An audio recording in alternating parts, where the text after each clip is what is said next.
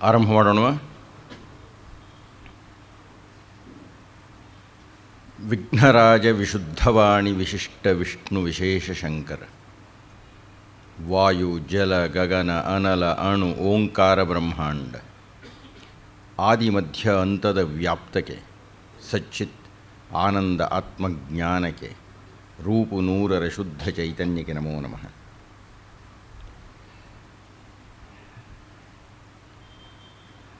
ದಯಮಾಡಿ ಕ್ಷಮಿಸಿ, ಅವರೆಲ್ಲ ಅಲ್ಲೇ ಸೂಚನೆ ಕೊಟ್ಟಿದ್ದಾರೆ, ಪಾದರಕ್ಷೆಗಳನ್ನು ಹೊರಗಡೆ ಬಿಟ್ಟು ಬನ್ನಿ ಅಂತ. ಪಾಪ ತುಂಬ ಶುದ್ಧವಾಗಿ ಇಟ್ಕೊಂಡಿದ್ದಾರೆ ಸಭಾಂಗಣವನ್ನು. ನೀವು ಯಾಕೆ ಚಪ್ಪಲಿ ಹಾಕ್ಕೊಂಡು ಒಂದು ತೊಡೆ ಕೆಳಗೆ ಬಚ್ಚಿಟ್ಕೊಂಡು ಎಲ್ಲ ಯಾಕೆ ಮಾಡ್ತೀರಿ? ಸ್ವಲ್ಪ ದಯವಿಟ್ಟು ನೀವು ಒಂದು ಸಭೆಗೆ ಪ್ರವೇಶ ಮಾಡಿದರೆ ಆ ಸಭಾ ಮರ್ಯಾದೆಗೆ ತಾವು ದಯಮಾಡಿ ಬೆಲೆ ಕೊಡಬೇಕು ಅಂತ ನಾನು ತಮ್ಮಲ್ಲಿ ಪ್ರಾರ್ಥನೆ ಮಾಡ್ತೀನಿ.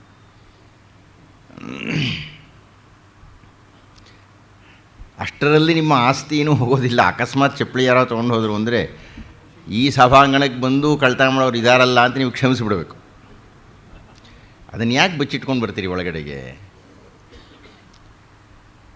ಮತ್ತು ನಮಗಿನ್ನ ದೊಡ್ಡವರೆಲ್ಲ, ಬಹಳ ದೊಡ್ಡವರೆಲ್ಲ ಸುತ್ತಮುತ್ತಲೂ ಇದ್ದಾರೆ. ನಾವು ವೈದಿಕ ಧರ್ಮದವರು, ಅವರು ಯಾರೂ ಸತ್ತಿಲ್ಲ ಅಂತ ನಂಬುವವರು. ಭಗವದ್ಗೀತೆಯಲ್ಲಿ ಶ್ರೀಕೃಷ್ಣ ಕೊಡತಕ್ಕಂಥ ಹಲವಾರು ಕ್ರಾಂತಿಕಾರಕ ಬದಲಾವಣೆಗಳಲ್ಲಿ ಮರಣ ಅಂದರೆ ಏನು ಅನ್ನತಕ್ಕಂಥದ್ದನ್ನು ಹೊಸದಾಗಿ ನಿರೂಪಣೆ ಮಾಡ್ತಾನೆ ಅಂತ.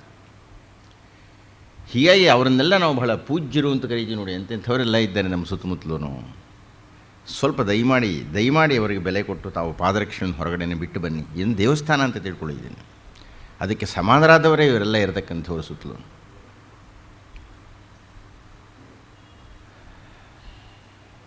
ಆತ್ಮೀಯರೇ, ಈ ಹೊತ್ತಿನ ಉಪನ್ಯಾಸವನ್ನು ಒಂದು ಹೇಳಿಕೆಯ ಸಹಿತ ಆರಂಭ ಮಾಡೋಣ. ಬಹುಶಃ 20ನೇ ಶತಮಾನದಲ್ಲಿ ಭಾರತ ಕಂಡು ಕೇಳಿ ಅರಿಯದ ಈ ವ್ಯಕ್ತಿಗೆ ಸಮಾನವಾದಂತಹ ಮತ್ತೊಬ್ಬ ವ್ಯಕ್ತಿಯನ್ನು ಇಡೀ ಪ್ರಪಂಚದಲ್ಲಿ ಗುರುತಿಸಲಾರದ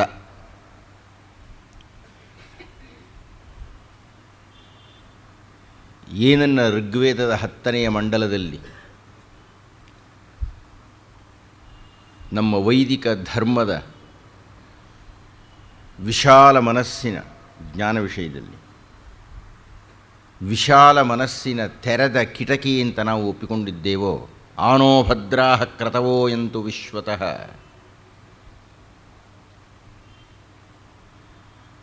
ಕ್ರತವಃ ಅಂದರೆ ಬಹಳ ಒಳ್ಳೆಯ ಸುಯೋಚನೆಗಳು ಅಂತ, ಆಲೋಚನೆಗಳು ಅಂತ.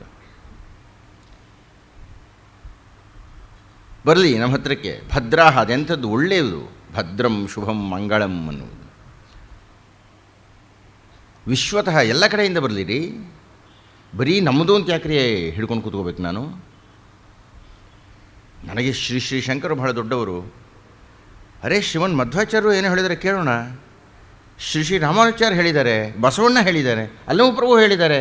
ನಾನು ಯಾರನ್ನ ಯಾಕೆ ತಿರಸ್ಕಾರ ಮಾಡಬೇಕು? ಅವರೆಲ್ಲರೂ ನನಗಿನ್ನ ಬಹಳ ದೊಡ್ಡವರು ತಾನೆ. ನಾನೇನು ಅವರಿಗಿನ್ನ ದೊಡ್ಡವನಲ್ವಲ್ಲ. ಮೊದಲನೇದಾಗಿ ಪ್ರಾಚೀನರು ನನಗಿನ್ನ ಹೆಚ್ಚು ತಪಸ್ವಿಗಳು, ಹೆಚ್ಚು ಅಧ್ಯಯನ ಮಾಡಿರುವವರು. ಅವರು ಅಧ್ಯಯನದ ಫಲವನ್ನು ಘನೀಭವಿಸಿ ಇಟ್ಟಿದ್ದಾರೆ. ನಾವು ಅದರಿಂದ ಉಪಕಾರ ಪಡೀತಾ ಇದ್ದೇವೆ. ನಾವು ತಪಸ್ವಿಗಳೇ ಅಲ್ಲ. ಅವರ ಇಡೀ ಜೀವಮಾನವನ್ನು ನಗರಕ್ಕೆ ಬೆನ್ನು ಹಾಕಿಬಿಟ್ಟು ನಿಮ್ಮ ಕೀರ್ತಿ, ಹಣ, ಪ್ರಶಂಸೆ ಎಲ್ಲವನ್ನೂ ಬಿಟ್ಟು ಒಬ್ಬ ಮನುಷ್ಯನಿಗೆ ಅವಶ್ಯಕವಾಗಿರಬಹುದಾದಂಥ, ಅನಿವಾರ್ಯವಾಗಿರಬಹುದಾದಂಥ ಎಲ್ಲ ಸುಖ ಸವಲತ್ತುಗಳನ್ನೂ ಬಿಟ್ಟುಬಿಟ್ಟು ಎಲ್ಲೋ ಕಷ್ಟಪಟ್ಟುಕೊಂಡು ಕೇವಲ ತಾದಾತ್ಮ್ಯ ದೃಷ್ಟಿಯಿಂದ ತಪೋಮಗ್ನರಾಗಿ ಏನೋ ಕಂಡ್ರಲ್ಲಪ್ಪ, ಅದನ್ನು ನಾನು ಯಾಕೆ ಒಂದು ಕಂಬಕ್ಕೆ ಕಟ್ಟಾಕೊಂಡ್ಬಿಟ್ಟು ನನಗೆ ಇಷ್ಟೇ ಸಾಕು ಅಂತ ಅನ್ಕೋಬೇಕು? ನಾನು ಎಲ್ಲಿಯ ತನಕ ನಾನು ನನ್ನ ಮಿತಿಯ ಮನಸ್ಸಿನಲ್ಲಿ ಮುದುಡಿ ಹೋಗಿರುತ್ತೇನೆ, ಅಲ್ಲಿ ತನಕ ನಾನು ನಿಮ್ಮೆಲ್ಲರ ಜೊತೆಗೆ ಬರೆಯೋಕೆ ಆಗೋದೇ ಇಲ್ಲ. ಸುತ್ತೂರು ಸ್ವಾಮಿ ನಾನು ಕರೆಯಲ್ಲ, ನಾನು ಬರೀ ಅಂಟ್ಕೊಂಡ್ಬಿಟ್ಟಿದ್ರೆ. ಆದಿಚುಂಚನಗಿರಿ ಸ್ವಾಮಿ ಕರೆ ನನಗೆ ಸನ್ಮಾನ ಮಾಡೋದಿಲ್ಲ, ಅಂಟ್ಕೊಂಡ್ಬಿಟ್ಟಿದ್ರೆ ನಾನು.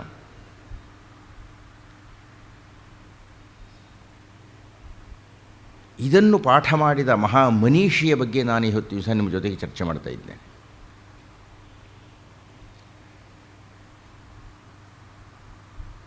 ಆ ಸುವಿಚಾರಗಳು, ಒಳ್ಳೆಯ ವಿಚಾರಗಳು ಯಾವ ಮೂಲೆಯಿಂದಲಾದರೂ ಬರಲಿ ಬಿಡ್ರಿ, ಯಾಕೆ ತಗೋಬಾರ್ದು ನಾವು? ಮೊದಲು ಕೇಳೋಣ, ಎಲ್ಲವನ್ನು ಸಮಾಧಾನದಿಂದ ಕೇಳೋಣ, ಆಮೇಲೆ ನಮ್ಮ ತೀರ್ಪು. ಯಾರು ಆ ತೀರ್ಪಿಗೆ ಯಾರೋ ಅಡ್ಡ ಹಾಕೋಕ್ಕಾಗಲ್ವಲ್ಲ.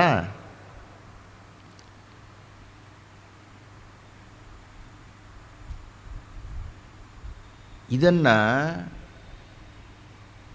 ಸಾಧಿಸಿದವರು, ರೂಢಿಸಿದವರು, ಅನುಷ್ಠಾನಕ್ಕೆ ತಂದವರು, ಪ್ರಚಾರ ಮಾಡಿದವರು, ಪ್ರಸಿದ್ಧಿ ಮಾಡಿದವರು ಶತಮಾನಗಳಾದರೂ ತಮ್ಮ ದಿವ್ಯ ಪ್ರಭಾವವನ್ನು, ದಿವ್ಯ ಶಕ್ತಿಯನ್ನು ಇಡೀ ಪ್ರಪಂಚದ ಮೇಲೆ ಈ ದಿವಸ ಬೀರಿರುವವರು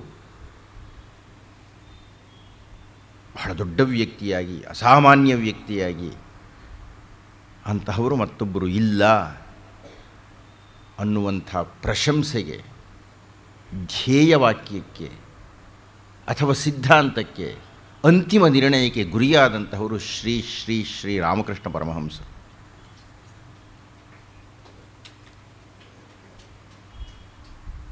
ಸಂಸಾರಿಯಾಗಿ, ಸನ್ಯಾಸಿಯಾಗಿ, ಸಂಸಾರಿಯಾಗಿ ಲೋಕವನ್ನೆಲ್ಲ ಕಟ್ಟಿಕೊಂಡು ಲೋಕವನ್ನೆಲ್ಲ ಬಿಟ್ಟವರು. ಎಂಥ ಮಹಾನ್ ಶಕ್ತಿ ಇದು!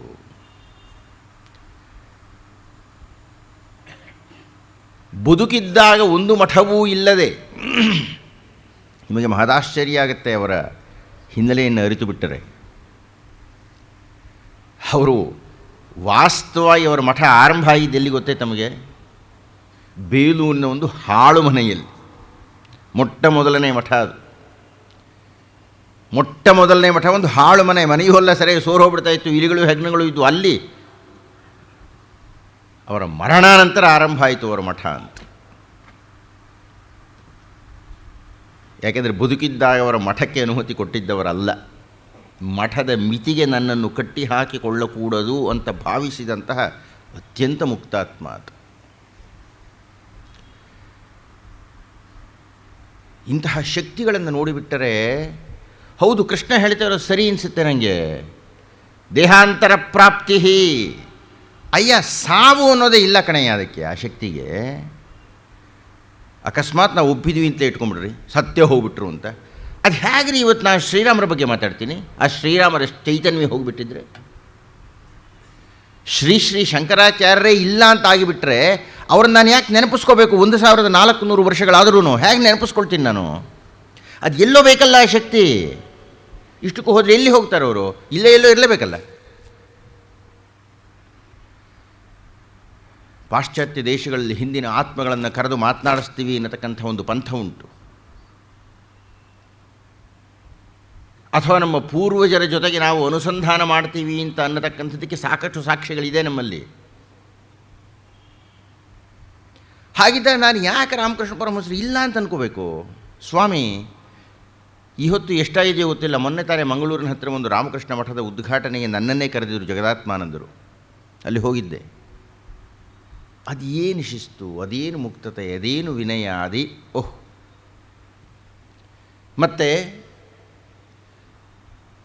ರಾಮಕೃಷ್ಣಾಶ್ರಮದಲ್ಲಿ ಬೂಟಾಟಿಕೆ ಸನ್ಯಾಸಿಗಳು ನೀವು ನೋಡೋಕ್ಕೆ ಸಾಧ್ಯ ಇಲ್ಲ. ಸೋಮಾರಿಗಳಾಗಿರತಕ್ಕಂಥವ್ರು, ಬದುಕೋದಕ್ಕೆ ಬೇರೆಗೆ ಕೆಲಸವೇ ಸಿಕ್ಕಿಲ್ಲ ಅನ್ನತಕ್ಕಂಥದ್ರು, ಬಿಟ್ಟು ಊಟ ಇಲ್ಲ. ಬಹಳ ಅದ್ಭುತವಾದ ನಿಯಮಗಳನ್ನು ವಿವೇಕಾನಂದರು ತೋರಿಸಿಬಿಟ್ರು. ನನಗೆ ಮತ್ತೊಂದು ಪವಾಡ ಅಂದರೆ ಆ ಗುರು ಶಿಷ್ಯರಿಬ್ಬರ ವಿಷಯದಲ್ಲಿ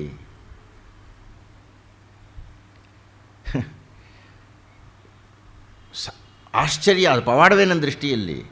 ಗುರು ಬದುಕಿದ್ದಿದ್ದು 50 ವರ್ಷ, ಶಿಷ್ಯ ಬದುಕಿದ್ದಿದ್ದು 39 ವರ್ಷ. 50,000 ವರ್ಷಗಳಲ್ಲಿ ಸಾಧಿಸಬಹುದಾದ್ದನ್ನು ಕೇವಲ 50-39 ವರ್ಷಗಳಲ್ಲಿ ಸಾಧಿಸಿಬಿಟ್ರಲ್ರಿ. ಅದು ಹೇಗ್ರಿ ಸಾಧ್ಯ ಆಗುತ್ತೆ? ದುರ್ಬಲರಿಗೆ ಸಾಧ್ಯ ಇಲ್ಲ.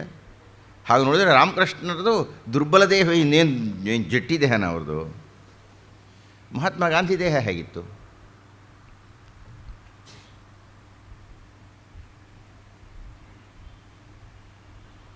ಭಗವದ್ಗೀತೆಯ ಸಂದರ್ಭದಲ್ಲಿ ಶ್ರೀ ಶ್ರೀ ರಾಮಕೃಷ್ಣರನ್ನು ಹಾಗೂ ಸ್ವಾಮಿ ವಿವೇಕಾನಂದರನ್ನು ನೆನಪಿಸಿಕೊಳ್ಳಲಿಕ್ಕೆ ಒಂದು ಬರಹದ ಕಾರಣ, ಇನ್ನೊಂದು ಬದುಕಿದ ಕಾರಣ.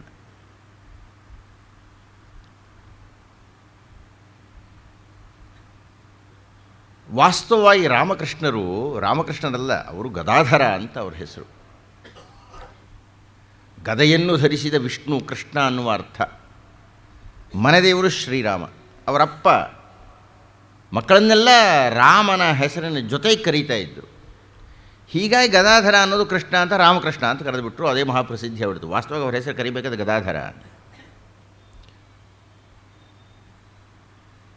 ಹೇಗೆ ತೆರೆಕೊಂಡ್ರು, ಹೇಗೆ ಮುಕ್ತರಾದರು, ಹೇಗೆ ಮುಕ್ತರನ್ನಾಗಿ ಮಾಡಿದರು, ಅವರ ಪ್ರಭಾವ ಅವರ ಶಿಷ್ಯರ ಮೇಲೆ ಹೇಗೆ ಆಗಿಬಿಡ್ತು, ಎಷ್ಟು ಜನ ಅರಸಿ ಬಂದರು ಅವರನ್ನು. ಯಾಕೆ ಯಾಕೆ ಯಾಕೆ ಅಂದರೆ ಅವರು ಭಗವದ್ಗೀತೆಯಂತೆ ಬದುಕಿದರು.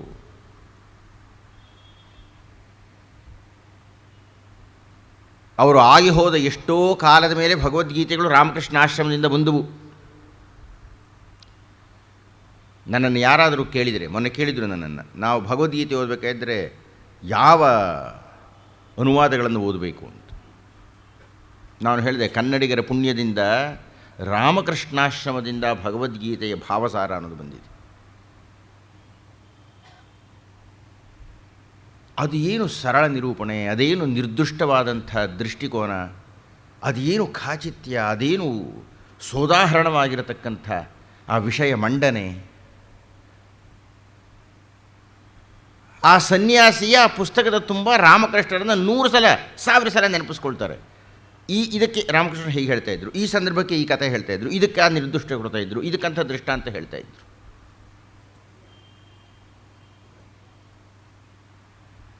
ಶ್ರೀ ರಾಮಕೃಷ್ಣ ಪರಮಹಂಸರು ನಿತ್ಯ ಮುಕ್ತಾತ್ಮರಾಗಿ, ಲೋಕಮಹಾತ್ಮರಾಗಿ, ಅಜಾತಶತ್ರು ಅನ್ನತಕ್ಕಂಥದ್ದು ಧರ್ಮರಾಯನಿಗೆ ಎಷ್ಟರ ಮಟ್ಟಿಗೆ ಒಪ್ಪುತ್ತೋ ಇಲ್ಲೋ ಗೊತ್ತಿಲ್ಲ. ವ್ಯಾಸರ ಬಹಳ ದೊಡ್ಡ ವ್ಯಂಗ್ಯ ಧರ್ಮರಾಯ ಅನ್ನತಕ್ಕಂಥದ್ದು. ಆದರೆ ಆ ಪದ, ಗುಣವಾಚಕ ಶ್ರೀ ರಾಮಕೃಷ್ಣ ಪರಮಹಂಸರಿಗೆ ಅನ್ವಯವಾಗುತ್ತೆ. ವಿರೋಧಿಗಳೇ ಇಲ್ಲ ಅವರಿಗೆ. ಯಾಕೆಂದರೆ ವಿರೋಧ ಮಾತೇ ಇಲ್ಲ, ಎಲ್ಲವೂ ಬಾರಪ್ಪ ಅಂತಂದರು. ಅನೋಭದ್ರಾಹ ಅನ್ನತಕ್ಕಂಥ ಶ್ಲೋಕ, ಮಂತ್ರ ರಾಮಕೃಷ್ಣ ಪರಮಹಂಸರಿಗೆ ಯಾಕೆ ಅನ್ವಯಿಸುತ್ತೆ ಅಂದರೆ ಅವರು ಹಾಗೆ ಬದುಕಿಬಿಟ್ಟರು.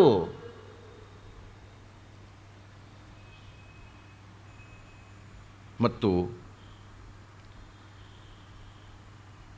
ನಾನು ಮತ್ತೆ ಮತ್ತೆ ಈ ಪ್ರಶ್ನೆಗೆ ಉತ್ತರವನ್ನು ಕಂಡುಕೊಳ್ತೀನಿ ಮತ್ತು ನನ್ನ ಆಪ್ತರಿಗೆ ಆ ಮಾತು ಹೇಳ್ತೀನಿ. ನೀವು ಯಾರನ್ನಾದರೂ ಯಾಕಾದರೂ ಒಪ್ಪಿಕೊಳ್ತಾ ಇದ್ದೀರಿ ಅಂದರೆ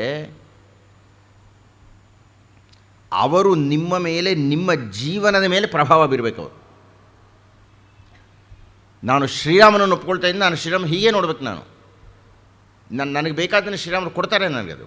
ನಾನು ಹೀಗೆ ನೋಡಬೇಕು. ಹೀಗೆ ನೋಡ್ಲಿಕ್ಕೆ ಅವನು ರಾವಣ ಇಲ್ಲೆಲ್ಲೋ ಬಿದ್ದಿದ್ದಾನೆ ನೋಡಬೇಕು. ಮತ್ತು ನನ್ನ ಜೀವನದಲ್ಲಿ ನಾನು ಪ್ರತಿಯೊಬ್ಬರಲ್ಲೂ ಪ್ರಾರ್ಥನೆ ಮಾಡೋದನ್ನೇ. ನಾವು ಸುಮ್ಮನೆ ರಾಮಕೃಷ್ಣ ರಾಮಕೃಷ್ಣ ಅಂತ ಹೇಳೋದು ಅರ್ಥವಿಲ್ಲ. ನಾನು ರಾಮಕೃಷ್ಣರನ್ನು ಮಾತಾಡ್ತಾ ಇದ್ದೇನೆ ಅಂದರೆ, ಕೃಷ್ಣನ ಭಗವದ್ಗೀತೆಯನ್ನು ಗಮನಿಸ್ತಾ ಇದ್ದೇನೆ ಅಂದರೆ, ಅದನ್ನು ನಾನು ನನ್ನ ಜೀವನದಲ್ಲಿ ಅನುಷ್ಠಾನಕ್ಕೆ ತರಬೇಕು. ತರುವಂತೆ ಆಸಕ್ತಿ ಮಾಡಬೇಕು. ಮಾಡುವುದಕ್ಕಿಂತ ನಾನು ಅದರ ಸೇವಕ ಆಗಬೇಕು. ಅದಕ್ಕೆ ನಾನು ಪ್ರಾರ್ಥನೆ ಮಾಡಿದೆ ಮೊದಲನೇ ದಿವಸ, ಭಗವದ್ಗೀತೆಯನ್ನು ಯಾವುದೋ ಒಂದು ಕಾದಂಬರಿ ಓದಿದ ಹಾಗೆ, ಸಂಗೀತ ಕೇಳಿದ ಹಾಗೆ ಅಲ್ಲ, ನೀವು ಧ್ಯಾನ ತತ್ಪರರಾಗಿ ಕುಳಿತುಕೊಂಡಂತೆ, ಯಜ್ಞ ದೀಕ್ಷೆಯನ್ನು ತೆಗೆದುಕೊಂಡಂತೆ, ತಪಸ್ವಿಯ ಮನೋಭಾವದಿಂದ ನೀವು ಭಗವದ್ಗೀತೆಯ ಮುಂದೆ ಕೂತ್ಕೋಬೇಕು. ಶ್ರದ್ಧೆಯಿಂದ ಕೂತಬೇಕು, ತಪಸ್ವಿಯಾಗಿ ಕುಳಿತುಕೊಳ್ಬೇಕು. ಹಾಗೆ ಯಾರ್ಯಾರು ಭಗವದ್ಗೀತೆಯ ಮುಂದೆ ಕುಳಿತುಕೊಂಡು ಬಿಟ್ಟಿದ್ದಾರೋ ಅವರೆಲ್ಲ ಭಗವತ್ ಸ್ವರೂಪರೇ ಆಗಿಬಿಡ್ತಾರೆ. ಶ್ರೀ ರಾಮಕೃಷ್ಣರು ಆದವರು ಹಾಗೆ. ನೀವು ಅವರನ್ನು ನೋಡಿಬಿಟ್ಟರೆ, ಅವರ ಚರಿತ್ರೆಯನ್ನು ನಿಮ್ಮದನ್ನಾಗಿ ಮಾಡಿಕೊಂಡು ಬಿಟ್ಟರೆ, ಹಾಗಾಗಲ್ಲ. ಆದರೆ ಅದೆಲ್ಲ ಪ್ರಯತ್ನಗಳಷ್ಟೇ. ನಿಮ್ಮ ಜೀವನಕ್ಕೆ ಅವರು ದಾರಿ ತೋರಿಸ್ಬಿಡ್ತಾರೆ ರೀ. ನಿಮ್ಮ ಸಮಸ್ಯೆಗೆ ಉತ್ತರ ಹೇಳಿಬಿಡ್ತಾರೆ ಅವರು. ನಿನ್ನೆ ಹೇಗೆ ನಾನು ಮಹಾತ್ಮ ಗಾಂಧಿಯವರ ಒಂದು ಸಂದರ್ಭವನ್ನು ಲೌಕಿಕ ದೃಷ್ಟಿಯಿಂದ ಹೇಳಿದ್ದೆ, ನನಗೆ 100 ಸಂದರ್ಭಗಳಲ್ಲಿ ಪಾಠ ಹೇಳಿದ್ದಾರೆ ಅವರು. ಅದು ನಾನು ಕೇಳಲಿಕ್ಕೆ ಸಿದ್ಧ ಇರಬೇಕು. ಅವರು ನೋಡಬೇಕು, ಅನುಸಂಧಾನ ಮಾಡಬೇಕು. ನಮ್ಮ ತಂದೆಯವರು ತೀರಿ ಹೋದರು. ಅವರ ಹೆಣವನ್ನು ನಾವು ಸುಟ್ಟು ಬಂದಿದ್ದೇವೆ.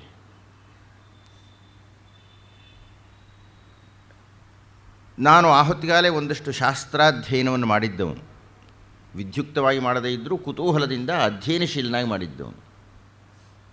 ನನಗೆ ಗೊತ್ತಿತ್ತು, ಮಂತ್ರೋಪದೇಶ ಆಗಬೇಕಾಗಿದ್ದರೆ ಅದು ಯಾವ ಬೃಹತ್ ಸನ್ಯಾಸಿಯೂ ಅಲ್ಲ, ತಂದೆಯೇ ಅಂತ. ತಂದೆ ಅಲ್ಲ ಅಂದರೆ ಒಬ್ಬ ಸನ್ಯಾಸಿ ಹತ್ರ ತಗೋಬಹುದು ಅಷ್ಟೇ. ಸನ್ಯಾಸಿಯೂ ಆಗಲ್ಲ, ನೀವು ಆಯ್ಕೆ ಮಾಡ್ತಾ ಒಬ್ಬ ಗುರುವಿನ ಹತ್ರ ಉಪದೇಶ ತಗೋಬೋದು. ಆದರೆ ಮೊಟ್ಟ ಮೊದಲು ತಂದೆಯೇ. ನಾನು ಚಿಕ್ಕವನಾಗಿದ್ದಾಗಲೂ ಅಂದ್ಕೊಳ್ತಾ ಇದ್ದೆ, ನಾನು ಗಾಯತ್ರಿ ಉಪದೇಶ ತಗೊಂಡು ನಮ್ಮ ತಂದೆ ಹೆಸರಲ್ಲೇ ತಗೋಬೇಕು. ಆದರೆ ನಮ್ಮ ತಂದೆ ಸತ್ತೋಗ್ಬಿಟ್ಟಿದ್ದಾರೆ, ನನಗೆ ಉಪನಯನ ಆಗಿಲ್ಲ. ಏನು ಮಾಡೋದು?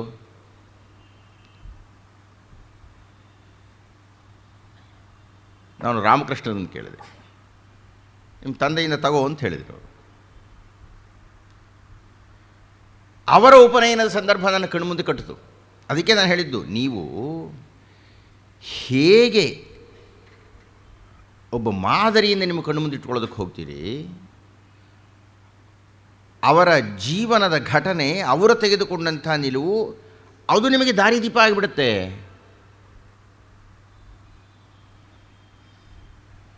ಧನಿ ಅಂತ ಒಬ್ಬಾಕೆ, ಒಬ್ಬ ಶೂದ್ರ ಸ್ತ್ರೀ, ಇವರು ಬ್ರಾಹ್ಮಣ.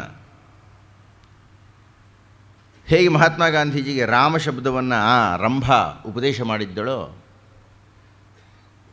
ಈಕೆ ಉಪದೇಶ ಅದಕ್ಕೆಲ್ಲ ಹೋಗಲಿಲ್ಲ, ತುಂಬ ಚೆನ್ನಾಗಿ ನೋಡ್ಕೊಳ್ತಾ ಇದ್ಲು ಪುಟ್ಟ ಹುಡುಗನ್ನ.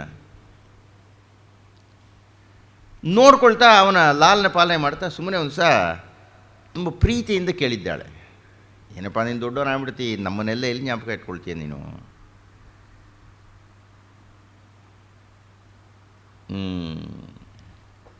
ನೀನು ಒಂದು ನನಗೆ ಮಾತು ಕೊಟ್ಟರೆ, ನೀನು ನಿಜವಾಗ್ಲೂ ನನಗೆ ಬೆಲೆ ಕೊಡ್ತೀಯ ಅಂತ ನಾನು ನಂಬುತ್ತೀನಿ ಅಂತಲೂ ಆಕೆ ತುಂಬ ಮುಗ್ಧಳಾಗಿ ಹೇಳಿದೆ. ಏನಮ್ಮ ಅಂತ ಕೇಳಿದ. ಅದು ಏನಿಲ್ಲ, ನನಗೆ ಉಪನಯನ ಆಗುತ್ತಲ್ಲ, ಆ ಉಪನಯನ ಆದಾಗ ಆ ಮಾತೃಭಿಕ್ಷೆ ನಾನು ಹಾಕಬೇಕಯ್ಯ ಅಂತ ಹೇಳಿಲ್ಲ. ಆಗಲಿ, ಇಂದ ಹುಡುಗ ನಾನು ಗೊತ್ತೇ ಇಲ್ಲ ಅವನಿಗೆ. ಉಪನಯನ ಕಾಲ ಬಂತು. ಅಷ್ಟೊತ್ತಿಗೆ ಅವ್ರ ತಂದೆ ಹೋಗ್ಬಿಟ್ಟಿದ್ರು.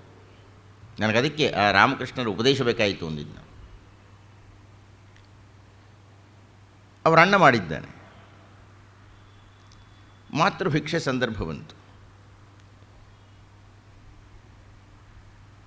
ರಾಮಕೃಷ್ಣರು, ಇನ್ನೂ ರಾಮಕೃಷ್ಣ ಪರಮಹಂಸ ಅಲ್ಲ, ಗದಾಧರ ಆತ ಹೇಳಿದ, ಆ ಧನಿ ನನಗೆ ಮೊದಲು ಭಿಕ್ಷೆ ಕೊಡಲಿ. ಇಡೀ ಸಭೆಯೇ ವಿರೋಧಿಸ್ಬಿಡ್ತು. ಇಲ್ಲಾದರೂ ಉಂಟ ಧನಿ, ಯಾರೇ ನಿಮ್ಮಮ್ಮ ಇದ್ದಾಳೆ, ನಿಮ್ಮಮ್ಮನ ಬದಲು ಧನಿನಾ ಅಂದರು. ಅದಕ್ಕೆ ಅವನು ಗದಾಧರ ಹೇಳ್ದ, ನನಗೆ ಗೊತ್ತಿಲ್ಲ, ಪ್ರತಿನಿತ್ಯ 5-6 ಗಂಟೆ ನನ್ನ ಕಾಲ ಕಳೀತಾ ಇದ್ದಿದ್ದೆ ಧನಿ ಜೊತೆಗೆ, ನಮ್ಮಮ್ಮನ ಜೊತೆ ಕಳೀತಾನೇ ಇರಲಿಲ್ಲ ನಾನು. ಧನಿನೇ ನಮ್ಮಮ್ಮ.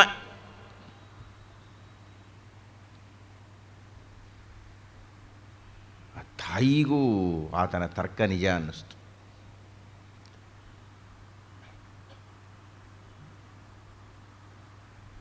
ಆಯ್ತು, ಆಕೆನೇ ಮಾತೃಭಿಕ್ಷೆ ಕೊಡಲಿ. ಆದರೆ ಅಣ್ಣ ರಾಮಕುಮಾರ ಅಂತ ಅವನು ಹೇಳ್ದ, ಸಾಧ್ಯನೇ ಇಲ್ಲ, ಯಾಕೆಂದರೆ ಆಕೆ ಶೂದ್ರ ಸ್ತ್ರೀ. ಅದು ಹೇಗೆ ಆಕೆ ನಿನಗೆ ಮಾತೃಭಿಕ್ಷೆ ಕೊಡ್ತಾಳೆ? ಆ ಪುಟ್ಟ ಹುಡುಗನ್ರಿ, ಇನ್ನು ಒಬ್ಬ ವ್ಯಕ್ತಿ ಮುಂದೆ ಏನಾಗಿ ಬಿಡ್ತಾನೆ ಅನ್ನತಕ್ಕಂಥದ್ದು ಹುಡುಗರಾಗಿದ್ದಲ್ಲೇ ಕಾಣುತ್ತೆ, ಕಂಡುಬಿಡುತ್ತೆ ಶ್ರೀ ಶ್ರೀ ಶಂಕರರು. ಇನ್ನು ಪುಟ್ಟ ಒಟ್ಟು ಆತ. ಕೇರಳದ ಮಹಾರಾಜ ಅಂಬಾರಿಯಲ್ಲಿ ಕುಳಿತು ಚಿನ್ನದ ನಾಣ್ಯಗಳ ಮೂಟೆ ಎತ್ಕೊಂಡು ಬಂದಿದ್ದಾನೆ ಕೊಡಲಿಕ್ಕೆ. ಅಷ್ಟೊತ್ತಿಗಾಲೇ ಕನಕಧಾರ ಎಲ್ಲ ಪ್ರಸಿದ್ಧಿಯಾಗಿಬಿಟ್ಟಿತ್ತು. ಹಿಡಿದ ಮೊಸಳೆಯಿಂದ ಬಿಟ್ಟಿದ್ದ ವಿಷಯ ಪ್ರಚಾರದಲ್ಲಿ ಬಂದುಬಿಟ್ಟಿತ್ತು. ಆ ಒಟುವನ್ನು ನೋಡಲಿಕ್ಕೆ ಎಲ್ಲ ಬರ್ತಾಯಿದ್ರು. ಆ ಕೇರಳದ ಮಹಾರಾಜ ಮಂತ್ರಿ ಹತ್ರ ಹೇಳಿ ಕಳಿಸ್ದ, ಬಾ ಅಂತ. ಅವರು ಹೇಳಿದರು, ಅರಮನೆಯಲ್ಲಿ ನನಗೇನೇ ಕೆಲಸ ಅಂದರು. ಹುಡುಗ ಇನ್ನೂ ನಾನೇ ನೋಡ್ತೀನಿ ಅಂತ ಬಂದರು. ಬಂದು ಆ ಚಿನ್ನದ ನಾಣ್ಯಗಳ ಮೂಟೆಯನ್ನೇ ಶಂಕರರ ಮುಂದೆ ಇಡ್ತಾನಂತೆ. ಅವ್ರು ಹೇಳ್ತಾರೆ, ಏನಿದು ಅಂತಾರೆ. ಏನೂ ಇಲ್ಲ ನಿಮಗೆ, ನನಗೆ ಯಾಕೆ ಅಂತ. ಮುಂದೆ ಸನ್ಯಾಸಿ ಹೇಳಬೇಕಾದ ಮಾತದು, ನಮ್ಮ ಸನ್ಯಾಸಿಗಳಲ್ಲ. ಒಂದು ಸನ್ಯಾಸಿಗಳ ಸಭೆಯಲ್ಲಿ ನಾನು ದುರದೃಷ್ಟವಶಾತ್ ಆಮಂತ್ರಿತನಾಗಿ ಹೋಗಿದ್ದೆ. ನನಗೆ ಹೆಸರು ಹೇಳೋದಕ್ಕೆ ಇಷ್ಟ ಇಲ್ಲ. ಅಲ್ಲಿ ಎಂಥ ಕರ್ಣಕಠೋರವಾದ ಹೇಳಿಕೆ ಬಂತು ಅಂದರೆ, ಯಾರು ಪಾದ ಕಾಣಿಕೆ ತಂದಿದ್ದಾರೋ ಅವರು ಮೊದಲು ನಮಸ್ಕಾರ ಮಾಡೋಕ್ಕೆ ಬನ್ನಿ, ಯಾರು ಹಣ್ಣು ತಂದಿದ್ದಾರೋ ಎರಡನೇವರು, ಏನೂ ಇಲ್ದಾರೋ ಕೊನೆಗೆ ಅಂತಂತ. ಉಂಟೇನ್ರಿ ಸನ್ಯಾಸಿ ಕೂತಿರೋ ಅವ್ರಿಗೆ ಗೊತ್ತಿದೆ ಹೇಳೋಕ್ಕೆ ಸಾಧ್ಯ ಇಲ್ಲ. ಅದೆಲ್ಲನೂ ಸುಮ್ಮನೆ ನನ್ನ ಶಿಷ್ಯರು ಹೇಳಿಬಿಟ್ರು, ಇದೆಲ್ಲ ಸ್ವಾಮಿಗಳ ನಾಟಕಗಳು ಅಷ್ಟೇ. ಅವೆಲ್ಲ ಎಲ್ಲಿ ಶ್ರೀ ಶ್ರೀ ಶಂಕರರು ಅವ್ರು ಹೇಳ್ತಾರೆ, ನನಗೆ ಯಾಕೆ ದುಡ್ಡು ಅಂತಾರೆ. ಆ ದುಡ್ಡು ಅವ್ನ ಪಾಠ ಸಂಸಾರಸ್ಥರು ಯಾರು ಅವ್ರು ಕೊಟ್ಬಿಟ್ಟು ನಂಗೆ ಬೇಕಾಗೇ ಇಲ್ಲ. ಅವನಿಗೆ ಆಶ್ಚರ್ಯ, ಸನ್ಯಾಸೇತರಕ್ಕೆ ನೀನು ಬಂದಿರೋದ್ರಿಂದ ನಾನು ನಿನ್ನ ಆಶ್ರಮಕ್ಕಿಂತ ದೊಡ್ಡ ಆಶ್ರಮದಲ್ಲಿ ಕೂತ್ಕೊಳ್ಳೋದು. ಇನ್ನೂ ಸನ್ಯಾಸಿ ಆಗಿಲ್ಲ ಅವರು, ಆದರೆ ಅವ್ರಿಗೆ ಗೊತ್ತೇ ಇದೆ. ಯಾಕೆಂದರೆ ಅವ್ರ ಅಮ್ಮನ ಹತ್ರ ಆಗಲೇ ಪ್ರಮಾಣ ಮಾಡಿಸ್ಕೊಂಡು ಮೊಸಳೆ ಬಿಡಿಸ್ಕೊಂಡ್ಬಿಟ್ಟಿದ್ದಾರೆ. ಆ ಥರ ಸನ್ಯಾಸ ತೊಗೊಂಡ್ಬಿಟ್ಟಿದ್ದಾರೆ ಅವರು. ಶುದ್ಧ ಸನ್ಯಾಸಿ ಆಗಿಲ್ಲ ಇನ್ನು. ನನ್ನ ಹತ್ರಕ್ಕೆ ನೀನು ಬಂದ ಮೇಲೆ ನೀನು ನಿನಗಿನ್ನ ಹೆಚ್ಚು ಆಶ್ರಮ ಅಂತಲೇ ನನಗೆ ಬೆಲೆ ಕೊಡೋದು. ನೀನು ನನಗೆ ವಯಸ್ಸು ಕಡಿಮೆ ಇರ್ಬೋದು, ನನಗೆ 3-4 ವಯಸ್ಸು ನಿಂಗಿರ್ಬೋದು, ನನಗೆ ಯಾಕೆ ನಮಸ್ಕಾರ ಮಾಡ್ತಾ ಇದೆಯಾ ಅಂದರೆ ಆಶ್ರಮದಲ್ಲಿ ನಾನು ನಿನಗಿನ್ನ ದೊಡ್ಡವನು ಅಂತ. ನಾನು ನಿಂಗೆ ಏನಾದ್ರು ಕೊಡ್ಬೇಕು, ಏನು ಕೊಡ್ಬೇಕು ಕೇಳು ಅಂತ. ಅವನಿಗೆ ಆಶ್ಚರ್ಯ, ನಾನು ರಾಜ, ಸನ್ಯಾಸಿ ಇದ್ದಾಗಿದ್ದೀನಿ, ಈಗಲೇ ಆತು ಕೊಡ್ತಾನೆ, ನಾನು ಏನು ರೀ ಕೊಡ್ತೀರಿ? ನೀನು ಕೊಡ್ತೀನಿ, ನೀನು ಇಲ್ಲದೇ ಇರೋದು ಕೊಡ್ತೀರಿ, ಏನು ಕೊಡಬೇಕು? ಮಕ್ಕಳಿಲ್ಲ, ತಗೋ ಹೊರ ಕೊಟ್ಟಿದ್ದೀನಿ, ಹೋಗಿ ಮಕ್ಕಳಾಗಿರ್ತೀನಿ. ಪುಟ್ಟ ಹುಡುಗ ಒಟುವಾಗಿದ್ದವನು ಇನ್ನೂ 7 ವರ್ಷವೂ ಆಗಿಲ್ಲ, ಅವ್ರು ಏನಾಗ್ತಾರೆ ಮುಂದೆ ಅನ್ನತಕ್ಕಂಥದ್ದಾಗಲೇ ತೀರ್ಪಾಗಿಬಿಡುತ್ತಲ್ರಿ. ರಾಮಕೃಷ್ಣ ಪರಮಹಂಸರಿಗೂ ಆವಾಗ ಶ್ರೀ ಶ್ರೀ ಶಂಕರ ವಯಸ್ಸೆ ಆಸುಪಾಸಿನಲ್ಲಿ. ಅವ್ರು ಹೇಳ್ತಾರೆ, ಧನಿಗೆ ನಾನು ಮಾತು ಕೊಟ್ಟೆ ಮೊದಲನೇದು. ಎರಡನೇದು, ಅವಳ ಪ್ರೀತಿಯನ್ನು ನೋಡಿದೆ ನಾನು. ನಮ್ಮಮ್ಮನೆಲ್ಲ ಪ್ರೀತಿ ನೋಡಲಿಲ್ಲ ನಾನು. ನಮ್ಮಮ್ಮನು 108 ಕೆಲಸ. ಬೆಳಗಿನಿಂದ ಸಂಜೆ ತನಕ ನನ್ನ ಸೇವೆ ಮಾಡಿದ್ಲು, ಪ್ರೀತಿ ಮಾಡಿದ್ಲು, ಇಷ್ಟಪಟ್ಲು. ಆ ಸೇವೆಗೆ ಇದು ಶೂದ್ರ ಪ್ರೀತಿ, ಇದು ಬ್ರಾಹ್ಮಣ ಪ್ರೀತಿ ಅಂತೆಲ್ಲರಿ ಬರೆದಿದೆ. ಪ್ರೀತಿ ಅಷ್ಟೇ. ಆಕೆ ನನಗೆ ಮಾತೃಭಿಕ್ಷೆ ಕೊಡದೆ ಹೊರ ನನಗೆ ಯಜ್ಞೋಪವೀತ ಬೇಕಲ್ಲ, ಉಪನಯನವೇ ಬೇಡ ನನಗೆ ಅಂತ. ಮುಂದೆ ಅಲ್ಲ, ಯಜ್ಞೋಪವೀತ ಬಿಟ್ಟವರವರು. ಆ ಸೂಚನೆ ಅವರು ಹುಡುಗರಾಗಿ ಹೇಗೆ ಬಂತದು ಬಾಲ್ಯದಲ್ಲೇ. ನನಗೆ ರಾಮಕೃಷ್ಣ ಪರಮಹಂಸರು ಹೇಳಿದರು, ನಿನ್ನ ಅಚಲವಾದ ನಿಷ್ಠೆ ದೃಢವಾಗಿದ್ದರೆ ನಿಮ್ಮ ಅಪ್ಪನ ಹತ್ರಲ್ಲೇ ಉಪನಯನ ಮಾಡಿಸ್ಕೋ, ನಿಮ್ಮ ತಂದೆ ಹತ್ರಲ್ಲೇ ಮಂತ್ರೋಪದೇಶ ತಗೋ. ಸುಟ್ಟು ಬಂದಿದ್ದೀನಿ ನಾನು. ನಮ್ಮ ಪುರೋಹಿತರುಗಳನ್ನೆಲ್ಲ ಕೂರಿಸ್ಕೊಂಡು ಮಾತಾಡಿದೆ ನಾನು ನಮ್ಮ ಪಾವಗಡದಲ್ಲಿ. ನನಗೆ ಸ್ಮಶಾನದಲ್ಲಿ ಉಪನಯನ ಮಾಡಿ ಹಿಂದೆ ನಾನು. ಯಾರು ಒಪ್ತಾರೆ? ನೆಟ್ಟಿಗಿಟ್ಟ ಬುದ್ಧಿ ಇಲ್ಲ, ಶುರು ಮಾಡಿಬಿಟ್ರಲ್ರು. ನಾನು ಹೇಳಿದೆ, ನಾನು ಉಪನೀತನಾದರೆ ನಮ್ಮ ತಂದೆಯಿಂದಲೇ ತಗೋಬೇಕು, ಸ್ಮಶಾನದಲ್ಲೇ ಆಗಬೇಕು, ಇಲ್ಲದೆ ನಾನು ಅಪರ ಸಂಸ್ಕಾರವೇ ಮಾಡೋದಿಲ್ಲ. ಏನು ತಲೆ ಕೆಟ್ಟಿದೆ ಕಣ್ರಿ ಇವನಿಗೆ ಅಂತಂದ, ಭ್ರಷ್ಟನಾಗಿ ಬಿಡ್ತಾನೆ ಅಂತ. ನಾನು ಅವ್ರಿಗೆ ಹೇಳಿದೆ, ನಮ್ಮಲ್ಲಿ ಕಂಠಂಭಟ್ರು ಸುಬ್ಬಾ ಭಟ್ರು ಅಂತ ಬಹಳ ದೊಡ್ಡ ವೈದಿಕರಿದ್ದರು. ಅವ್ರು ಹೇಳಿದೆ, ನಾನು ಹೇಳ್ತಾ ಇರತಕ್ಕಂಥದ್ದು ಶಾಸ್ತ್ರ, ಆ ಅಧಿಕಾರ ಶಾಸ್ತ್ರ ನನಗೆ ಕೊಟ್ಟಿದೆ. ನಿಮಗೆ ಸಂದೇಹ ಇದ್ದರೆ ಶೃಂಗೇರಿ ಸ್ವಾಮಿಗಳ ಕಾಗದ ಬರೆದು ತಿಳ್ಕೊಳ್ಳಿ. ಬಹಳ ವರ್ಷಗಳ ಹಿಂದಿನ ಮಾತು ನಾನು ಹೇಳ್ತಾ ಇರ್ತಕ್ಕಂಥದ್ದು. ಆ ಧೈರ್ಯ ನನಗೆ ಬರಲಿಕ್ಕೆ ಶ್ರೀ ಶ್ರೀ ರಾಮಕೃಷ್ಣ ಪರಮಹಂಸರ ಆ ಉಪನಯನದ ಸಂದರ್ಭ ನನಗೆ ಕಾರಣ ಆಯಿತು. 2 ದಿವಸದಲ್ಲಿ ಹೇಗೆ, ಯಾಕೆ ಆವಾಗ ಸಂಚಾರಿ ಅವೆಲ್ಲ ಇರಲೇ ಇಲ್ವಲ್ಲ. ಇಲ್ಲರೆ ಭ್ರಷ್ಟನಾಗಿ ಬಿಡ್ತೀನಿ ಅಂತ ಬೇರೆ. ನಮ್ಮ ತಂದೆ ಕರ್ಮಗಳು ಮಾಡಲ್ಲ. ನಮ್ಮ ತಂದೆ ಬಗ್ಗೆ ತುಂಬ ಗೌರವ ಇದ್ದಿದ್ದು ಅವರಿಗೆಲ್ಲ. ಒಬ್ಬರು ಹೋಗಿ ಶೃಂಗೇರಿ, ನಾನು ಕಾಗದ ಬರೆಕೊಟ್ಟೆ, ಇಂಥ ಮಂತ್ರದ ಆಧಾರದ ಮೇಲೆ ನಾನು ಸ್ಮಶಾನದಲ್ಲಿ ಉಪನೀತನಾಗಬಹುದು ಈ ಸಂದರ್ಭದಲ್ಲಿ.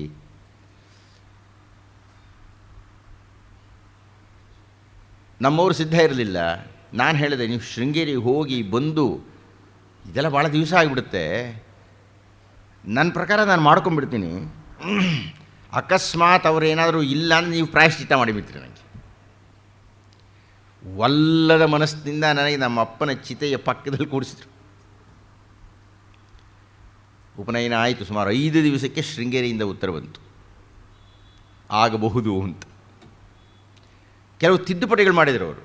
ಇಷ್ಟು ಕಾಲದೊಳಗೆ ಊರು ಹೊರಗಿರತಕ್ಕಂಥ ಒಂದು ದೇವಸ್ಥಾನದಲ್ಲಿ ಮತ್ತೆ ಉಪನಯನ, ಅದು ಹೇಳಿ, ಅದು ಬೇರೆ ಮಾತು. ಆದರೆ ನಮ್ಮ ಊರಿನ ಪುರೋಹಿತರುಗಳನ್ನೆಲ್ಲ ನಾನು ನಿಗ್ರಹಿಸಿ ಅದನ್ನು ಸಾಧಿಸಲಿಕ್ಕೆ ಸಾಧ್ಯ ಆಗಿದ್ದು ರಾಮಕೃಷ್ಣರು ಉಪನಯನದ ಸಂದರ್ಭದಲ್ಲಿ ತೆಗೆದುಕೊಂಡಂಥ ತೀವ್ರ ನಿಲುವು. ಉಪನೀತರಾದರು. ಅಷ್ಟು ಹೊತ್ತಿಗಾಗಲೇ ಅವರಿಗೆ ಬಹಳ ದೊಡ್ಡದೊಂದು ಆಘಾತ ಆಗಿಬಿಟ್ಟಿತ್ತು. ಅವ್ರ ತಂದೆ ಹೋಗಿಬಿಟ್ಟಿದ್ರು. ಅವ್ರ ತಂದೆಯನ್ನು ತುಂಬ ಪ್ರೀತಿ ಮಾಡ್ತಾಯಿದ್ರು ಅವರು. ನೋಡಿ, ಒಬ್ಬ ವ್ಯಕ್ತಿಯ ಜೀವನ ಯಾವುದೋ ಕಾರಣದಿಂದ ಹೇಗೆ ಪರಿವರ್ತಿತವಾಗಿ ಎಲ್ಲಿ ಹೋಗಿ ನಿಂತುಕೊಂಡು ಬಿಡುತ್ತೆ ಅಂತ. ಆ ವಯಸ್ಸಿಗೆ ಅವರು ಅರ್ಥ ಮಾಡಿಕೊಂಡರು. ಮತ್ತು ಇಂಥದ್ದೇ ಒಂದು ಪ್ರಭಾವ ನನ್ನ ಮೇಲೆ. ನಾನು ಪದವಿಯಲ್ಲಿ ಓದ್ತಾ ಇದ್ದಾಗ ಒಂದು ಸ್ಪರ್ಧೆಯಲ್ಲಿ ನನಗೊಂದು ಪ್ರಶ್ನೆ, ಎಲ್ಲಿಗೆ ಈ ಪಯಣ ಅನ್ನೋದು ಪ್ರಶ್ನೆ ನನಗೆ. ಅದಕ್ಕೆ ನಾನು ಉತ್ತರ ಕೊಡಬೇಕು. ನನಗೆ ಉತ್ತರ ಹೇಳಿದರು ರಾಮಕೃಷ್ಣರು, ಪಯಣ ಎತ್ತಲು ಅಲ್ಲ ಮಸಣ ಮಂಟಪದೆಡೆಗೆ ಅಂತ ಬರೆದೆ ನಾನು. ನಂಗೆ ಮೊದಲನೇ ಬಹುಮಾನ ಅದು ಕೊಟ್ಟಿದ್ದು ಅವರೆಲ್ಲ, ರಾಮಕೃಷ್ಣ ಪರಮಹಂಸ. ಯಾಕೆಂದರೆ ಅವರು ತೀರ್ಮಾನ ಮಾಡಿದ್ರು ಅವರ ಅಪ್ಪ ಹೋದಾಗ. ಹಾಗಾದರೆ ಜೀವನ ಅಂದರೆ ಏನಯ್ಯ? ಸಾವು. ನಾವು ಯಾಕೆ ಬದುಕಿದ್ದೀವಿ? ಸಾಯೋಕ್ಕೆ ಬದುಕಿದ್ದೀವಿ. ಎಷ್ಟು ಸರಳ ನೋಡಿ ಅದಾಗಿದ್ದು. ನಾವು ಏಕೆ ಬದುಕಿದ್ದೇವೆ? ಸಾಯಲಿಕ್ಕೆ ಬದುಕಿದ್ದೇವೆ. ಸಾಯುವುದಕ್ಕೇ ಬದುಕಿರುವಾಗ ಯಾಕೆ ಒದ್ದಾಡ್ಕೊಂಡು ಸಾಯಬೇಕು? ಯಾಕೆ ಒದ್ದಾಡ್ಕೊಂಡು ಸಾಯಬೇಕು ಅಂದರೆ ನಾನು ಅಂಟ್ಕೊಂಡ್ಬಿಡ್ತೀನಿ ಯಾವುದಕ್ಕೋ. ಲಕ್ಷಾಂತರ ರೂಪಾಯಿ ಕೊಟ್ಟು ಮನೆ ಕಟ್ಟಿಸ್ತೀನಿ. ಮನೆ ಕಟ್ಟಿಸಿ ಏನು ಮಾಡ್ತೀನಿ? ಬಾಡಿಗೆ ಕೊಟ್ಬಿಡ್ತೀನಿ. ಅಯ್ಯೋ, ಆ ಬಾಡಿಗೆದಾರ ಬಂದು ಏನೋ ಒಂದು ಪಟ ತೂಗಾಕೊಂಡು ಒಂದು ಮಳೆ ಹೊಡಿತಾನೆ. ನನ್ನ ಎದೆ ಮೇಲೆ ಹೊಡೆದಾಗಿರುತ್ತೆ. ಒಂದು ಅಂಟ್ಕೊಂಡ್ಬಿಟ್ಟಿರ್ತೀನಿ ಮನೆಗೆ ನಾನು.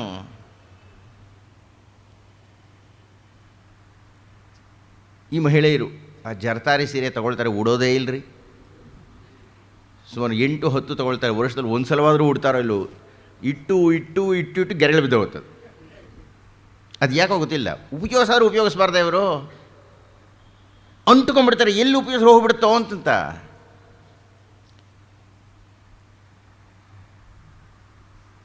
ಆ ಗದಾಧರ ಯೋಚನೆ ಮಾಡ್ತಾ ಇದ್ದಾನೆ.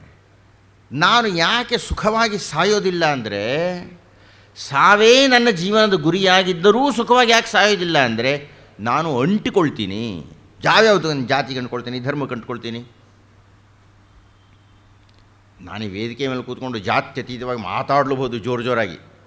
ನಿಜವಾಗ್ಲೂ ಸಾಧ್ಯ ಆಗುತ್ತೆ ಅಂದರೆ ಅದು ಪ್ರಶ್ನೆ ಆಗಿಬಿಡುತ್ತೆ.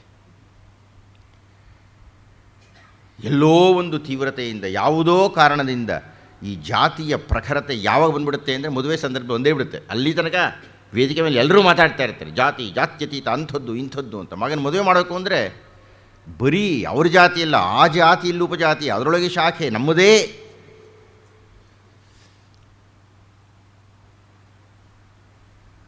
ಜಾತಿಯ ಪ್ರಭಾವದ ಮಿತಿಯೇ ಆಗಿರಬೇಕಾದ್ರೆ ಇನ್ನು ಧರ್ಮ ಸಾಧ್ಯ? ಹಾಗೂ ಹೀಗೂ ಜಾತಿ ಸ್ವಲ್ಪ ರಾಜಿ ಮಾಡ್ಬೋದು. ವೈದಿಕ ಧರ್ಮ ಬಿಟ್ಟು ಬೇರೆ ಧರ್ಮಕ್ಕೆ ನಂಗೆ ಸಾಧ್ಯನೇ ಇಲ್ಲಪ್ಪ, ಆಗೋದೇ ಇಲ್ಲ. ಅದು ಸಾಧ್ಯ ಇದ್ದು ರಾಮಕೃಷ್ಣರಿಗೆ. ಅವ್ರನ್ನ ಬಿಟ್ಟರೆ ಯಾರಿಗೂ ಆಗಲಿಲ್ಲ, ಅವ್ರಿಗೂ ಶಿಷ್ಯರಿಗೇ ಆಗಲಿಲ್ಲ. ವಿವೇಕಾನಂದ ಹೇಳ್ಕೊಂಡ್ಬಿಡ್ತಾರೆ, ರಾಮಕೃಷ್ಣ ಅಲ್ರಿ ನಾವೆಲ್ಲಿದ್ದೀವಿ, ಅವರೇ ಹೇಳಿದ್ರೆ ನಾವೆಲ್ಲಿದ್ದೀವಿ, ಇನ್ನೂ ಎಲ್ಲೋ ಇದ್ದೀವಿ, ಪಾತಾಳ ಹುಡುಕ್ಬೇಕು ನಾವು.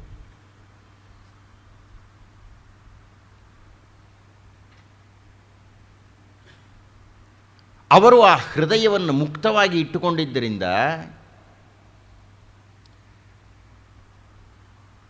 ಅವರ ಅಣ್ಣನ ಜೊತೆಗೆ ಕಲ್ಕತ್ತೆಗೆ ಬಂದರು.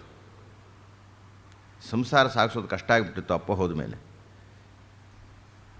ಅಣ್ಣನ ಹೆಂಡತಿಗೆ ಒಂದು ಮಗು, ಅದು ದೊಡ್ಡ ಕಥೆ ಇದು ಬಿಡಿ. ಅಂತೂ ಕಲ್ಕತ್ತೆಗೆ ಬಂದರು. ಅಲ್ಲಿ ಯಾಕೆ ಬಂದರು ಅಂದರೆ, ಅಲ್ಲಿ ರಾಜ ಚಂದ್ರಹಂಸ ಅನ್ನತಕ್ಕಂಥ ಚಂದ್ರಹಂಸನೋ ಆತ ಒಂದು ದೊಡ್ಡ ಶ್ರೀಮಂತ ಜಮೀನ್ದಾರ. ಆತನ ಎಷ್ಟು ಹಣ ಇತ್ತು ಅಂದರೆ, ಆತ ಸತ್ತೋದ ಮೇಲೆ ಆತನ ಹೆಂಡತಿ ರಾಸಮಣಿಗೆ ಆ ದುಡ್ಡು ತೊಗೊಂಡು ಏನು ಮಾಡಬೇಕು ಅಂತಲೇ ಗೊತ್ತಿಲ್ಲ. ತಾನು ಸಾಯೋ ತನಕ ಉಪಯೋಗಿಸಬಹುದಾ ಅಂತ ಹಣ, ತನ್ನ ಮಕ್ಕಳು ಉಪಯೋಗಿಸ್ಬೋದು, ತನ್ನ ಮೊಮ್ಮಕ್ಕಳು ಆಗ್ಬೋದು, ಆದರೂ ಇನ್ನೂ ದುಡ್ಡು ಬಿದ್ದಿದೆ, ಏನು ರೀ ಮಾಡೋದು ಅಂತ ಆಕೆ ಒಂದು ದೇವಸ್ಥಾನ ಕಟ್ಟಿಸಿ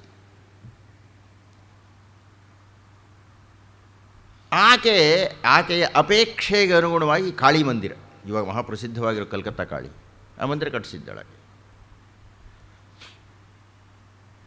ಅದಕ್ಕೆ ಪೂಜಾರರು ಬೇಕು. ಯಾರೂ ಪೂಜಾರ ಸಿಗ್ತಾ ಇಲ್ಲ. ಬನ್ನಿ ಸ್ವಾಮಿ ನಿಂತ್ಕೊಂಡಿದ್ರೆ ಕೂತ್ಕೊಳ್ಳಿ, ಜಾಗ ಇದೆ, ಅಲ್ಲಿ ಯಾಕೆ ಬಾಗಲ್ದೆ ನಿಂತ್ಕೊಂಡೆ, ಬನ್ನಿ ಇಲ್ಲಿ.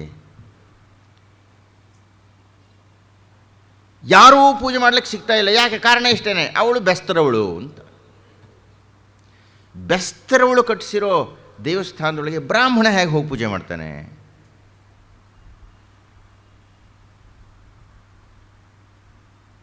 ಅಷ್ಟು ಹೊತ್ತಿಗೆ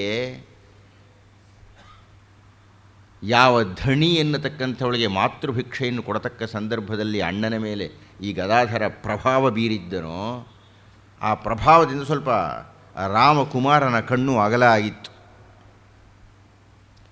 ಆತ ಹೇಳ್ದ, ಆಯಿತು ನಾನು ಪೂಜೆ ಮಾಡಲಿಕ್ಕೆ ಬರ್ತೀನಿ. ಅಣ್ಣನ ಜೊತೆಗೆ ತಮ್ಮನೂ ಬಂದ. ಮೊದಲು ಕಲ್ಕತ್ತೆ ಕಾಳಿಗೆ ಪೂಜೆ ಶುರು ಮಾಡಿದ್ದು ಗದಾಧರನ ಅಣ್ಣ. ಇವನು ಕೆಲಸವೇ ಇಲ್ಲ, ಸುಮ್ಮನೆ ಕೂತ್ಕೊಂಡಿದ್ದ ಹೊರಗಡೆಗೆ. ಇವನೇನೇ ಕೆಲಸ? ಮಥುರಾನಾಥ ಅಂತ ಏನೇನೋ ಸಂಬಂಧಗಳು, ಅದೆಲ್ಲ ಕತೆ ಹೋಗ್ತಾ ಇಲ್ಲ, ನಾನು ಬರೀ ಅಂಶಕ್ಕೆ ಬರ್ತಾಯಿದ್ದೀನಿ. ಆತ ರಾಸಮಣಿ ಹತ್ರ ಮಾತಾಡ್ದ. ಕಲ್ಕತ್ತಾ ಕಾಳಿಯ ದೇವಸ್ಥಾನದ ಸಮುಚ್ಚಯದಲ್ಲಿ ಒಂದು ರಾಧಾ ಗೋವಿಂದ ದೇವಸ್ಥಾನ ಇತ್ತು, ಅದನ್ನು ಈತ ಪೂಜೆ ಮಾಡಲಿ ಅಂತ ಹೇಳಿದರು. ಹೀಗಾಗಿ ರಾಮಕೃಷ್ಣರು ಅಲ್ಲಿ ಪೂಜೆ ಮಾಡಲಿಕ್ಕೆ ಶುರು ಮಾಡಿದರು. ಕೊಂಚ ಕಾಲದಲ್ಲಿ ಅಣ್ಣ ಸತ್ತು ಹೋಗ್ಬಿಟ್ಟ. ಅದು ದೊಡ್ಡ ಎರಡನೇ ಆಘಾತ ಆಗ್ಬಿಡ್ತು ರಾಮಕೃಷ್ಣನಿಗೆ. ಹಾಗಾದರೆ ನಾವು ಸಾಯೋದಕ್ಕೆ ಹುಟ್ಟಿದ್ದೀವಿ. ಒಂದೊಂದು ದಿವಸ ಕಳೀತಾ ಇದ್ದ ಹಾಗೆ ನಾವು ಮೃತ್ಯುವಿನ ಬಾಗಿಲಿನ ಹತ್ತಿರಕ್ಕೆ ಒಂದೊಂದು ಹೆಜ್ಜೆ ಇಟ್ಟು ಹೋಗ್ತಾ ಇದ್ದೀವಿ. ಮಹಾಭಾರತದಲ್ಲಿ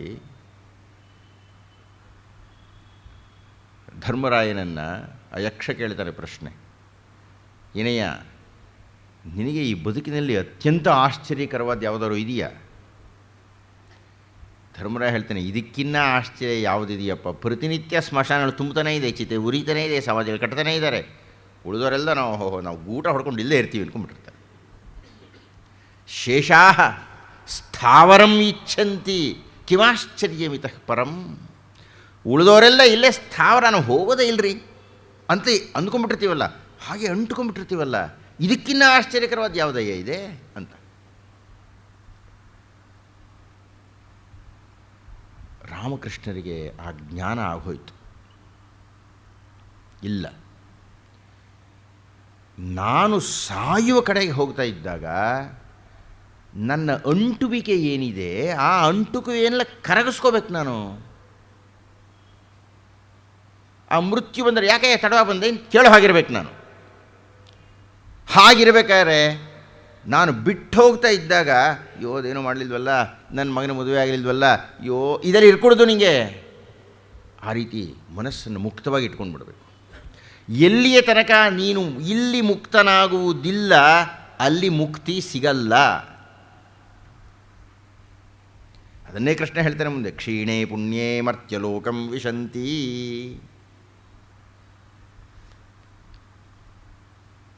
ನೀವು ಜೀವನದಲ್ಲಿ ಬದುಕಿದ್ದಾಗ ನಾವು ಕೆಲಸ ಮಾಡ್ತೀವಿ. ನಾವು ಕೆಲಸ ಮಾಡಿದಾಗ ಒಂದಷ್ಟು ಪುಣ್ಯ ಸಂಪಾದನೆ ಮಾಡ್ತೀವಿ, ಒಂದಷ್ಟು ಪಾಪ ಸಂಪಾದನೆ ಮಾಡ್ತೀವಿ. ಪುಣ್ಯ ಪಾಪ ಸಂಪಾದನೆ ಮಾಡಿ ಸಾಯ್ತೀವಿ. ಆ ಸಂಪಾದನೆ ಮಾಡಿದ ಪುಣ್ಯ ಪಾಪಗಳನ್ನು ಅನುಭವಿಸಲಿಕ್ಕೆ ನಾವು ಸ್ವರ್ಗ ನರಕಗಳಿಗೆ ಹೋಗ್ತೀವಿ. ಅದೇನೋ ಒಂದು ಲೆಕ್ಕಾಚಾರ ಇದೆಯಂತೆ. ಅದರ ಪ್ರಕಾರ 90 ಭಾಗ ಅಲ್ಲಿ ಅನುಭವಿಸ್ತೀರಿ, ಮತ್ತೆ ಇನ್ನು 10 ಭಾಗ ಅನುಭವಿಸ್ತೀವಿ, ಮತ್ತೆ ಇಲ್ಲಿಗೆ ಬರ್ತೀವಿ. ಮತ್ತೆ ಬಂದೇನು ಮಾಡ್ತೀವಿ, ಮತ್ತೆ ಪುಣ್ಯ ಪಾಪ ತಗೊಳ್ತೀವಿ. ಅದರಿಂದ ದೂರಾದವರು ನನಗೆ ಗೊತ್ತಿದೆ ಮಹಾತ್ಮ ಗಾಂಧಿ ಒಬ್ಬರೇನೆ. ಅದಕ್ಕೆ ನೆನ್ನೆ ಮಾತಾಡ್ತಾನೆ ಹೇಳಿದ್ದು, ಮಹಾತ್ಮ ಗಾಂಧಿ ನೀವು ರಾಜಕಾರಣಿಯ ತಗೋಬಾರ್ದು ಅಂತ, ಒಬ್ಬ ವೇದಾಂತಿಯಾಗಿ ತಗೋಬೇಕು. ಕೃಷ್ಣ ಭಗವದ್ಗೀತೆ ಸರಳವಾದ ಸೂತ್ರವನ್ನು ಕೊಟ್ಟ. ಆತ ಯಾರಿಗೆ ಮುಕ್ತಿ ಸಿಗುತ್ತೆ ಗೊತ್ತಾ? ನೋಡೋಣ, ಅದನ್ನೆಲ್ಲ ನಾನು ಚರ್ಚೆ ಮಾಡಿದಾಗ ಹೆಚ್ಚು ವಿಸ್ತಾರವಾಗಿ ಮಾತಾಡ್ತೇನೆ. ಭಾಳ ಸರಳವಾಗಿ ಆತ ಹೇಳಿದ ಸೂತ್ರ ಇಷ್ಟೇ, ನೀವು ಪಾಪ ಮಾಡಬೇಡಿ, ನೀವು ಮಾಡಿದ ಕೆಲಸಕ್ಕೆ ಪುಣ್ಯ ಬಂದರೆ ತಿರಸ್ಕಾರ ಮಾಡಿ. ಅದನ್ನು ನಮ್ಮ ವೈದಿಕ ಧರ್ಮದಲ್ಲಿ ಬಹಳ ಸರಳವಾಗಿ ಒಂದು ಮಂತ್ರ ಹೇಳಿಬಿಡ್ತೀವಿ, ಬರೀ ತುಟಿನಲ್ಲಿ ಹೇಳೋ ಮಂತ್ರ ಅಷ್ಟೇ ಇದು, ನಿಜವಾಗಿ ಮಾಡಲ್ಲ. ಎಲ್ಲನೂ ಏನು ಮಾಡ್ತೀವಿ, ಮಾಡಿದ್ಮೇಲೆ ಕೃಷ್ಣಾರ್ಪಣ ಅಂತೀವಿ. ನಿಜವಾಗ್ಲೂ ಕೃಷ್ಣಾರ್ಪಣವೇ ಅಂತೀವಿ ಅಷ್ಟೇ. ನೀವು ಕೃಷ್ಣನ ಪೂಜೆ ಮಾಡಿದಾಗ ಒಂದು ಬಟ್ಲು ಪಾಯಸ ಇಟ್ಟಿದ್ದು ಕೃಷ್ಣ ಕುಡ್ದೇ ಬಿಟ್ಟರೆ ಹತ್ರಕ್ಕೆ ಹೋಗೋದೇ ಇಲ್ಲ ತಿರ್ಗ. ಎರಡನೇ ದಿವಸ ಯಾರೂ ತೆಂಗಿನಕಾಯಿ ದೇವ್ರಿಗೆ ಓಡಿಸಲ್ಲ. ತೆಂಗಿನಕಾಯಿ ವಾಪಸ್ ಬರುತ್ತೆ ಅನ್ನೋ ಧೈರ್ಯದಿಂದಲೇ ಕೊಡ್ತೀರಿ ನೀವು. ಕೃಷ್ಣಾರ್ಪಣೆ ಮಾಡ್ತೀವೇನ್ರಿ ನಾವು? ಅದು ಕೆಲಸ ಶುರು ಮಾಡೋಕ್ಕೆ ಮುಂಚೆನೇ ನನಗೇನು ಸಿಗುತ್ತೆ ಅಂತಲೇ ಲೆಕ್ಕ ಹಾಕೊಂಡು ನಾವು ಮಾಡೋದು. ಸುಮ್ಮನೆ ಕೊನೆಗೆ ಕೃಷ್ಣಾರ್ಪಣ ಅನ್ನೋದು. ಆದರೆ ಕೃಷ್ಣಾರ್ಪಣ ಅಂತಂದರೇನೇ ಕೃಷ್ಣ ಕೊಡ್ತಕ್ಕಂಥ ಸೂತ್ರ. ಕೃಷ್ಣನೋ ಗೌರಿನೋ ರಾಮನೋ ಯಾವುದೋ ಒಂದು ಯಾನೋ ಒಂದು ಹೆಸರಿಟ್ಕೊಳ್ಳಿ ನೀವು. ಪಾಪವನ್ನು ಮಾಡದೆ ಪುಣ್ಯದ ಫಲವನ್ನು ತಗೋಕೊಡೋದು ನಾನು, ಎರಡು ಬೇಡ ನನಗೆ ಅಂತ ಮಹಾತ್ಮ ಗಾಂಧಿ ಹಾಗೆ ಮಾಡಿದವರು. ಇಡೀ ಜೀವನದಲ್ಲಿ ಅವರು ಪಾಪ ಮಾಡಲಿಲ್ಲ. ನಾನು ಹೇಳಿದ್ನಲ್ಲ, ಭಾರತ ದೇಶಕ್ಕೆ ಸ್ವತಂತ್ರ ಬಂದಾಗ ಎಲ್ಲರೂ ಮಂತ್ರಿ ಪದವಿ ಕಚ್ಚಾಡ್ತಾ ಇದ್ರು, ಇವರು ಎಲ್ಲೋ ಯಾವುದೋ ರೋಗಿ ನೋಡ್ತಾ ಕೂತ್ಕೊಂಡಿದ್ದಾರೆ. ಅಕಸ್ಮಾತ್ ಮಹಾತ್ಮ ಗಾಂಧೀಜಿ ಬಾಯಿ ಬಿಟ್ಟು ಕೇಳಿದ್ದಿದ್ರೆ ನಾನು ರಾಷ್ಟ್ರಾಧ್ಯಕ್ಷ ಆಗಬೇಕು ಅಂದ್ರೆ ಆಗ್ತಿರ್ಲಿಲ್ಲೇನ್ರಿ ಅವರು? ಅರೆ 13 ವರ್ಷದ ಹಿಂದೆ ನಿಮ್ಮ ಕಾಂಗ್ರೆಸ್ಸೇ ಬೇಡ ಅಂದ್ಬಿಟ್ಬಿಟ್ಟಿದ್ದವರು ಅವರು. ನನಗದರ ಫಲ ಬೇಕಾಗಿಲ್ಲ. ನಮ್ಮಲ್ಲಿ ಎಂಥ ಸ್ವಾತಂತ್ರ್ಯದ ಸಾವಿರಾರು ಜನ ನೋಡಿದ್ದೀವಿ ನಾವು.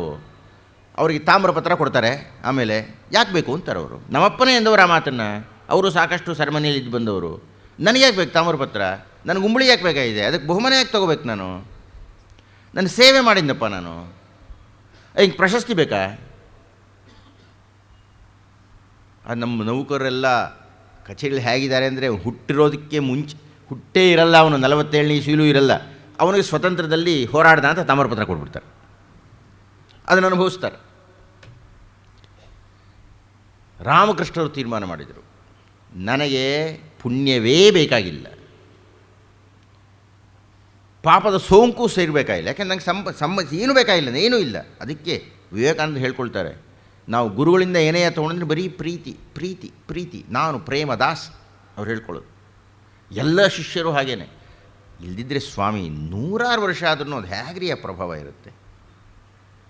ಅದು ಹೇಗೆ ಸಾಧ್ಯ ಇದೆ? ಇದನ್ನೆಲ್ಲ ರಾಮಕೃಷ್ಣರು ಮಾಡ್ತಾ ಇದ್ದಾಗ ಪ್ರತಿಯೊಂದು ಘಟನೆಯಲ್ಲೂ ಭಗವದ್ಗೀತೆಯ ಶ್ಲೋಕವನ್ನು ಹೇಳ್ತಾ ಇದ್ದರು. ಇದರಿಂದಾಗಿ ನಾನು ಹೀಗೆ ಮಾಡ್ತಾ ಇದ್ದೇನೆ.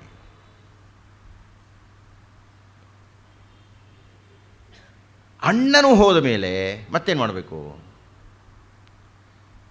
ರಾಸಮಣಿ ನೋಡ್ತಾ ಇತ್ತು, ಆ ದೇವಸ್ಥಾನವನ್ನು ಕಟ್ಟಿಸಿದ್ದಾಕೆ, ರಾಜರಾಯ ಚಂದ್ರಹಾಸನ ಮಡದಿಯಾಗಿದ್ದಾಗೆ ಆಕೆ ನೋಡ್ತಾ ಇದ್ಲು. ವಾಸ್ತವವಾಗಿ ರಾಮಕುಮಾರ ಕಲ್ಕತ್ತಾ ಕಾಳಿಗೆ ಪೂಜೆ ಮಾಡ್ತಾಯಿತ್ತು. ಈ ರಾಮಕೃಷ್ಣರು ಈ ರಾಧಾ ಗೋವಿಂದ ಪೂಜೆ ಮಾಡ್ತಾಯಿದ್ರು. ಆಕೆ ಬಂದು ನೋಡಿದಾಗೆಲ್ಲ ಅನ್ನಿಸ್ತಾ ಇತ್ತು, ಅಣ್ಣನಿಗೆ ತಮ್ಮನೇ ಚೆನ್ನಾಗಿ ಪೂಜೆ ಮಾಡ್ತಾ ಇದ್ದಾನಲ್ಲ ಅಂತ. ಹೀಗಾಗಿ ಅವರ ಸಂಘ ನಿರ್ಣಯ ಮಾಡಿತು, ರಾಮಕೃಷ್ಣನ ಕಲ್ಕತ್ತಾ ಕಾಳಿಯ ಪೂಜೆಗೆ ಒಪ್ಪಿಸಿಬಿಡೋಣ. ಅವ್ರು ಬರ್ಕೊಳ್ತಾರೆ, ಅವ್ರು ಹೇಳ್ತಾರೆ, ಗರ್ಭಗುಡಿಗೆ ಪ್ರವೇಶ ಮಾಡಿದಿರಂತೆ, ಆ ಭವತಾರಣಿಯನ್ನು ನೋಡಿದಿರಂತೆ. ಓಹ್, ನನ್ನ ಜೀವನ ಬದಲಾವಣೆ ಆಗೋಯ್ತು. ಶುದ್ಧ ಮಗುವಿನಂತೆ ಆಟ ಆಡಲಿಕ್ಕೆ ಶುರು ಮಾಡಿಬಿಟ್ರು. ಅಲ್ಲಿಂದ ಕಲ್ಕತ್ತಾ ಕಾಳಿ ಹೀಗಿಲ್ಲ, ತುಂಬ ಮೃದುವಾಗಿ ಮಾತೃವಾಗಿ ಬಿಟ್ಟಿದ್ದಾಳೆ ಆಕೆ ಅವರ ಕಣ್ಣಿಗೆ. ಎಂತಹ ಶುದ್ಧ ಸ್ವಚ್ಛ ಮನಸ್ಸಾಗಿಬಿಡ್ತು ರಾಮಕೃಷ್ಣರದು ಅಂದರೆ, ನಮ್ಮ ಕರ್ನಾಟಕದಲ್ಲಿ ಅಂಥ ಒಂದು ಕಥೆ ಇದೆ, ಕೋಳೂರು ಕೊಡಗೂಸಿನ ಕಥೆ. ಕೇಳಿರ್ಬೇಕು ನೀವೆಲ್ಲ ಅದನ್ನು. ಅಪ್ಪ ಪುರೋಹಿತ, ಬರೀ ಪಾಂಡಿತ್ಯದ ಪುರೋಹಿತ ಅಷ್ಟೇ. ಬೇರೆ ಊರಿಗೆ ಹೋಗಬೇಕಾಗತ್ತೆ. ಊರಿಗೆ ಹೋಗೋದಕ್ಕಿಂತ ಮುಂಚೆ ಮಗಳು ಹೇಳ್ತಾನೆ, ಅಪ್ಪ ಅಮ್ಮ, ಪ್ರತಿನಿತ್ಯ ನೀನು ಊಟ ಮಾಡೋದಕ್ಕಿಂತ ಮುಂಚೆ ನಾನು ಪೂಜೆ ಮಾಡ್ತಿರೋ ಆ ಈಶ್ವರನಿಗೆ ಒಂದು ಲೋಟ ಹಾಲನ್ನು ನೈವೇದ್ಯ ಇಟ್ಬಿಡು. ಪಾಪ ಅವಳು ಕೇಳ್ತಾಳೆ, ನೈವೇದ್ಯ ಅಂದರೆ ಏನು? ನೈವೇದ್ಯ ಅಂದರೆ ನಾವು ಊಟ ಮಾಡೋದಕ್ಕೆ ಮುಂಚೆ ಅದು ದೇವ್ರಿಗೆ ಊಟ ಮಾಡೋದಕ್ಕೆ ಕೊಡೋದು ಅಂತ ಹೇಳಿದ್ರು. ಮುಗ್ಧ ಹೆಣ್ಣು. ಅಪ್ಪ ಹೋದ್ಮೇಲೆ ಮಾರನೇ ದಿವಸ ಊಟಕ್ಕೆ ಕೂತ್ಕೊಳ್ಳೋಕೆ ಮುಂಚೆ ಜ್ಞಾಪಕ ಬಂತವಳಿಗೆ, ಓ ಈಶ್ವರನಿಗೆ ಊಟ ಮಾಡಿಸ್ಬೇಕಲ್ಲ ಅಂತ ಹೇಳೊಂದು ಲೋಟದಲ್ಲಿ ಹಾಲು ತೊಗೊಂಡೋಗಿ ಈಶ್ವರನ ಮುಂದೆ ಇಟ್ಲು. ನಮ್ಮಪ್ಪ ಹೇಳಿದಾರಪ್ಪ, ಬೇಗ ಹಾಲು ಕುಡಿದು ಲೋಟ ಕೊಡು ವಾಪಸ್ಸು ಅಂದ್ಲು. ಕುಡಿಯೇ ಇಲ್ಲ. ಯಾಕೆ ಕುಡಿತಾ ಇಲ್ಲ? ನಮ್ಮಪ್ಪ ಹೇಳಿದ್ದು ಕೇಳಿಸ್ತಿಲ್ಲ ನಿನಗೆ, ನಾನು ಹಾಗೆ ತೊಗೊಂಡು ಬೈದು ಬಿಡ್ತಾರೆ ನಮ್ಮಪ್ಪ, ಬೇಗ ಕುಡಿ. ಇಲ್ಲ. ಓ, ಕಳ್ಳಾಟ ಆಡ್ತಾ ಇದೆಯಾ ನೀನು? ನಾನು ಎದುರುಗಿದ್ದೀನಿ ಅಂತ ಕುಡಿತಾ ಇಲ್ವಾ ನೀನು? ನಾನು ಕಂಬದ ಮನೇಲಿ ಬಚ್ಚಿಟ್ಕೊಳ್ಳಿ, ಸ್ವಲ್ಪ ಕುಡಿ ನೀನು. ಕಂಬದ ಮನೇಲಿ ಬಚ್ಚಿಟ್ಕೊಂಡು ಬಂದಳು, ಕುಡ್ದೇ ಇಲ್ಲ. ಏಯ್, ಯಾಕೆ ಕುಡಿತಾ ಇಲ್ಲ? ನಮ್ಮಪ್ಪನ ಒಂದು ನನಗೆ ಅಪ್ಪನ ಮುಂದೆ ಕುಡಿತಿದ್ದ ಅವನು. ಗಲಾಟೆ ಮಾಡೋಕ್ಕೆ ಶುರು ಮಾಡಿದ್ಲು, ಅಳ್ತಾ ಕೂತ್ಕೊಂಡ್ಬಿಟ್ಲು. ಹಾಲು ಕುಡಿದು ನಾನು ಹೋಗಲ್ಲ ಅಂದ್ಬಿಟ್ಲು ಅವಳು. ಅಪ್ಪಟ ತೀವ್ರ ಮುಗ್ಧತೆ. ಶಿವನಿಗೆ ಒಂದು ಕೈ ಬಂತು, ಹಾಲು ಕುಡಿದು ಇಡ್ತಲ್ಲಿ. ನಿಂಗೆ ಹೀಗೆ ಮಾಡೋದು ಬಿಡು ಅಂಥೇಳಿ ಲೋಟ ತೊಗೊಂಡು ಹೋದ್ಲು. ಒಂದೆರಡು ದಿವಸ ಆಯಿತು. ಅಪ್ಪ ಊರಿಗಿಂದ ವಾಪಸ್ ಬಂದರು, ಹೋಗಿದ್ಲು. ಮಗಳು ನೈವೇದ್ಯಕ್ಕಿಟ್ಟು ಹೋಗ್ತಾಳೆ, ಲೋಟ ನೋಡ್ತಾಳೆ, ಖಾಲಿ ಆಗ್ಬಿಡ್ತಾರೆ. ಹಾಲೆಲ್ಲೇ ಹೋಯ್ತು ಅಂದರು. ಶಿವ ಕುಡ್ದೆ. ಶಿವ ಎಲ್ಲಾದರೂ ಕುಡಿತಾನ?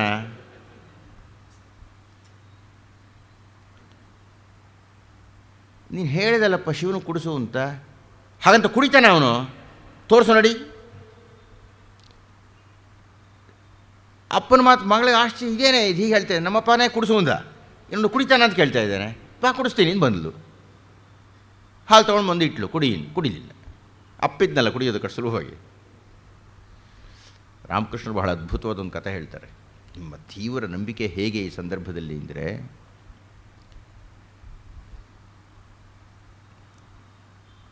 ಒಬ್ಬ ಹಳ್ಳಿಯ ಹೆಂಗಸು, ಇದು ರಾಮಕೃಷ್ಣ ಹೇಳೋ ಕಥೆ ಇದು.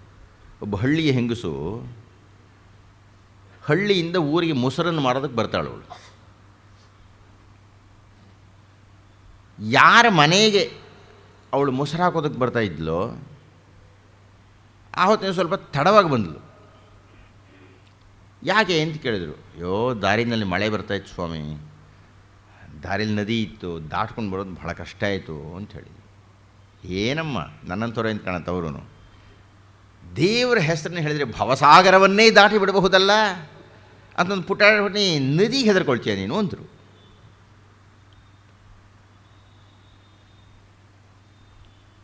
ಅವಳು ಅದನ್ನು ಹೇಗೆ ನಿಜ ಅಂದ್ಕೊಂಡ್ಬಿಟ್ಲಕ್ಕೆ. 100ಕ್ಕೆ 100ರಷ್ಟು ನಿಜವೇ. ಮಾರನೇ ದಿವಸ ಮಳೆ ಬರ್ತಾಯಿದ್ದ ಕಾಲಕ್ಕೆ ಸರಿಯಾಗಿ ಬಂದೇ ಬಿಟ್ಲು, ಗಡಿಗೆ ಎತ್ಕೊಂಡ್ಬಿಟ್ಟು. ಎಷ್ಟು ಬೇಗನೆ ಬಂದಲ್ಲ ಅಂದರು. ನೀವು ಹೇಳ್ಕೊಟ್ರಲ್ಲ ಗುಟ್ಟು, ನಾನು ಹೇಳಿದೆ ದೇವರಿಗೆ ಕರ್ಕೊಂಡು ನಡ್ಕೊಂಡು ಬಂದೇ ಬಿಟ್ಟೆ. ಎಲ್ಲಾದರೂ ಸಾಧ್ಯನಾ ಸ್ವಾಮಿ? ನೀವೇನೆಲ್ಲ ಹೇಳಿದ್ದು? ನಡಿ ತೋರ್ಸಾಗರೆ. ಅವಳಿಗೆ ಸಂದೇಹವೇ ಇಲ್ಲ, ವಾಪಸ್ ಬಂದಳು. ದೇವರೇ ಭವಸಾಗರವನ್ನೇ ದಾಟಿಸ್ತೀಯ ಅಂತಲ್ಲಯ್ಯ, ನಾನು ದಾಟ್ಸಪ್ಪ ಅಂತ ನಡ್ಕೊಂಡು ಹೋಗ್ತಾ ಇದ್ದಾಳೆ. ಇವ್ರು ಪುರೋಹಿತ ನೋಡ್ತಾನೆ ಇದ್ದಾರೆ, ಹೋಗ್ತಾನೆ ಇದ್ದಾಳಲ್ಲ ಅಂತ. ಏನಮ್ಮ ಇದು ಅಂತ. ಅರೆ ನೀವು ಹಾಗೆ ಅನ್ಕೊಂಡು ಬನ್ನಿ ಸ್ವಾಮಿ ಅಂದರು. ಎಲ್ಲಿ ಬರ್ತಾರವರು? ಆದ್ರೆ ಅವಳೊಂದು ಮರ್ಯಾದೆ ಹೋಗ್ಕೊಡ್ದಲ್ಲ ಅಂತ 2 ಹೆಜ್ಜೆ ಇಟ್ಟರು, ಕೆಳಗೆ ಕುಸಿದ್ರು. ಏನಮೋ ಅಂತ ಕೂಗಿದ್ರು. ಅಲ್ಲ ಸ್ವಾಮಿ, ಆ ನದಿ ನೀರಿನೊಳಗೆ ಕಾಲಾಡೋ ಕೊಂಚ ಪಂಚೆ ಎತ್ತು ಕಟ್ಟಿಬಿಟ್ರಲ್ಲ, ಅರ್ಥ ಏನಲ್ಲಿಗೆ? ನಿಮ್ಗೆ ನಂಬಿಕೆನೇ ಇಲ್ಲ. ಪಂಚೆ ಒದ್ದೆ ಆಗುತ್ತೆ ಅಂತ ತಾನೇ ಮೇಲಕ್ಕೆ ಎತ್ತು ಕಟ್ಟಿದ್ದೀವೋ. ಅಲ್ಲ, ನಿಮ್ಮ ಮಾತ್ರ ನಿಮಗೆ ನಂಬಿಕೆ ಇಲ್ಲ.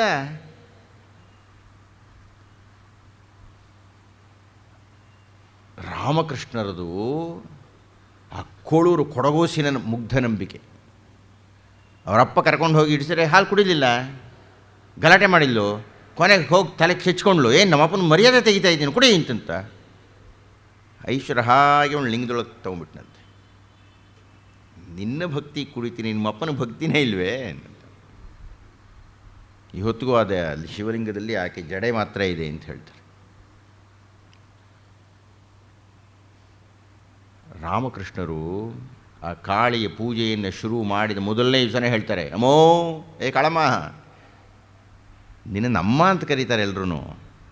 ಅಮ್ಮ ಅಂತಂದರೆ ನಿನ್ನ ಕಾಣಿಸ್ಲೇಬೇಕು ಅಮ್ಮನಾಗಿ. ಒಳ್ಳೆ ಚೆನ್ನಾಗಿ ಯಾಕೆ ಕಾಣಿಸಲ್ಲ ನೀನು? ಏನು ಬೊಂಬೆನಾ ನೀನು? ಅರ್ಚಕಸ್ಯ ಪ್ರಭಾವೇಣ ಶಿಲಾಭವತಿ ಶಂಕರ ಅನ್ನುವುದು ಈ ಹಿನ್ನೆಲೆಯಲ್ಲಿ. ಸ್ವಾಮಿದು ವಿಷ್ಣುವಿನ ಮೂರ್ತಿನೋ, ಈಶ್ವರನ ಮೂರ್ತಿನೋ, ಗಣೇಶನ ಮೂರ್ತಿನೋ ಬರೀ ಕಲ್ಲಿನ ಬೊಂಬೆ ಇದು. ಆದರೆ ನೀವು ಯಾವ ಶಕ್ತಿಯನ್ನು ತುಂಬುತ್ತೀರದ್ರೊಳಗೆ, ಎಂಥ ಮಂತ್ರದಿಂದ ಅದನ್ನು ಕಲ್ಲನ್ನು ಹೋಗಿ ದೈವವನ್ನಾಗಿ ಮಾಡಿಬಿಡ್ತೀರಿ ನೀವು.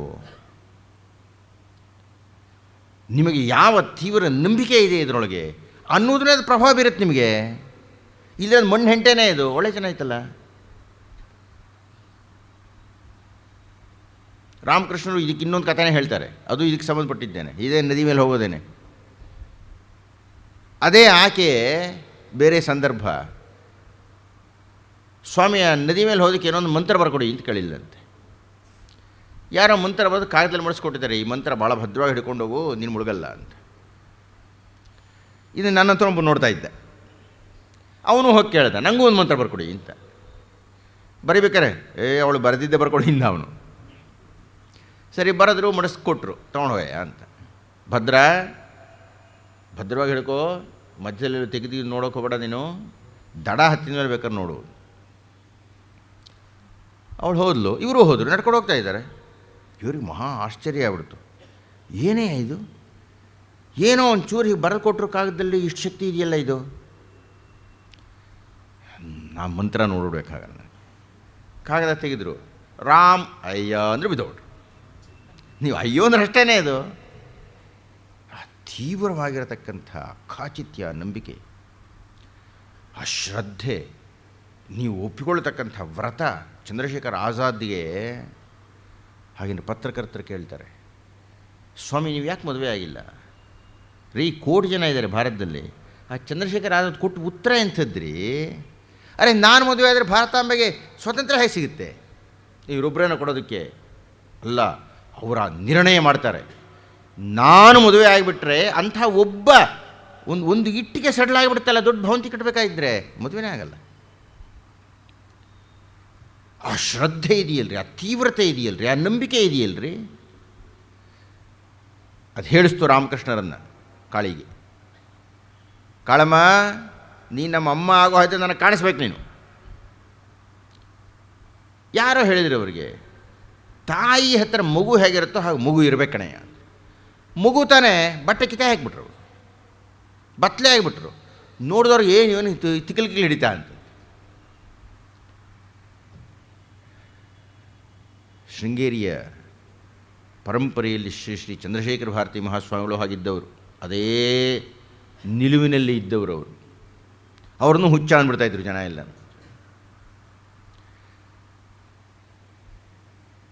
ಯಾವುದೇ ಸುದ್ದಿ ಮಾಧ್ಯಮಗಳು ಇಲ್ಲದ ಆ ಸಂದರ್ಭದಲ್ಲಿ ಅವರು ಜಲಸಮಾಧಿಯಾದ ಕ್ಷಣ ಸಾವಿರಾರು ಜನಕ್ಕೆ ಗೊತ್ತಾಗೋಯ್ತು ಸ್ವಾಮಿಗಳು ಹೋಗ್ಬಿಟ್ರು ಅಂತ. ಹೇಗ್ರಿ ಗೊತ್ತಾಗುತ್ತದು? ಅಲ್ಲಿ ಎಲ್ಲೋ ಶೃಂಗೇರಿಯಲ್ಲಿ ಈ ವಾಹನಗಳೇ ಇಲ್ಲ, ದಿವಸಗಳು ಬೇಕಾಗ್ತಿತ್ತು ಹೋಗಲಿಕ್ಕೆ, ದೂರವಾಣಿ ಮಾತೇ ಇಲ್ಲ. ಹೇಗೆ ಗೊತ್ತಾಗ್ಬಿಡ್ತದೆ ಅಷ್ಟು ಜನಕ್ಕೆ? ನಮ್ಮ ತಂದೆಯವರು ದಿನಚರಿಯಲ್ಲಿ ಬರೀತಾರೆ, ನನಗೆ ಬೆಳಗಿನ ಜಾವ ಬೋಧೆ ಆಗ್ತಾಯಿದೆ, ಶೃಂಗೇರಿಯಲ್ಲಿ ಸ್ವಾಮಿಗಳು ಹೋಗಿರಬೇಕು ಅಂತ ಕಾಣುತ್ತೆ. ಸಾವಿರಾರು, ಬರೀ ನಮ್ಮ ತಂದೆ ಉದಾಹರಣೆ ಇಲ್ಲ, ಸಾವಿರಾರು ಜನಕ್ಕೆ ಆ ಅನುಭವ ಆಗೋಯ್ತು. ಅವ್ರು ಹಾಗೆ ಬದುಕಿದವರು. ಶ್ರೀರಾಮಕೃಷ್ಣರು ಕಾಳಿಗೆ ಹೇಳಿದರು, ನಾನೀಗ ಮಗು ಆಟ ಆಡ್ತಾಯಿದ್ದೀನಿ ನಿನ್ನ ಹತ್ರ, ಎತ್ಕೋ, ಮಾತಾಡಿಸೋ, ನನ್ನನ್ನು ಕಾಣಿಸು ನನಗೆ. ಇಲ್ಲ, ಒಂದು ದಿವಸ ಆಯಿತು, 2 ದಿವಸ ಆಯಿತು, 3 ದಿವಸ ಆಯಿತು. ರಾಮಕೃಷ್ಣರಿಗೆ ಆ ನಂಬಿಕೆ ಶಿಥಿಲವಾಗಲಿಲ್ಲ. ಅಲ್ಲಿಗೆ ನೀನು ಕಾಳಿಯಮ್ಮ ಅಲ್ಲ ಅಂತಂದರು. ನೀನು ಬರೀ ಬೊಂಬೆ ಅಷ್ಟೇ, ಕಾಳಿ ಅಂತ ಯಾರು ಹೆಸರು ನಿನಗೆ? ನೀನು ಬೊಂಬೆಯೋ ದೇವತೆಯೋ?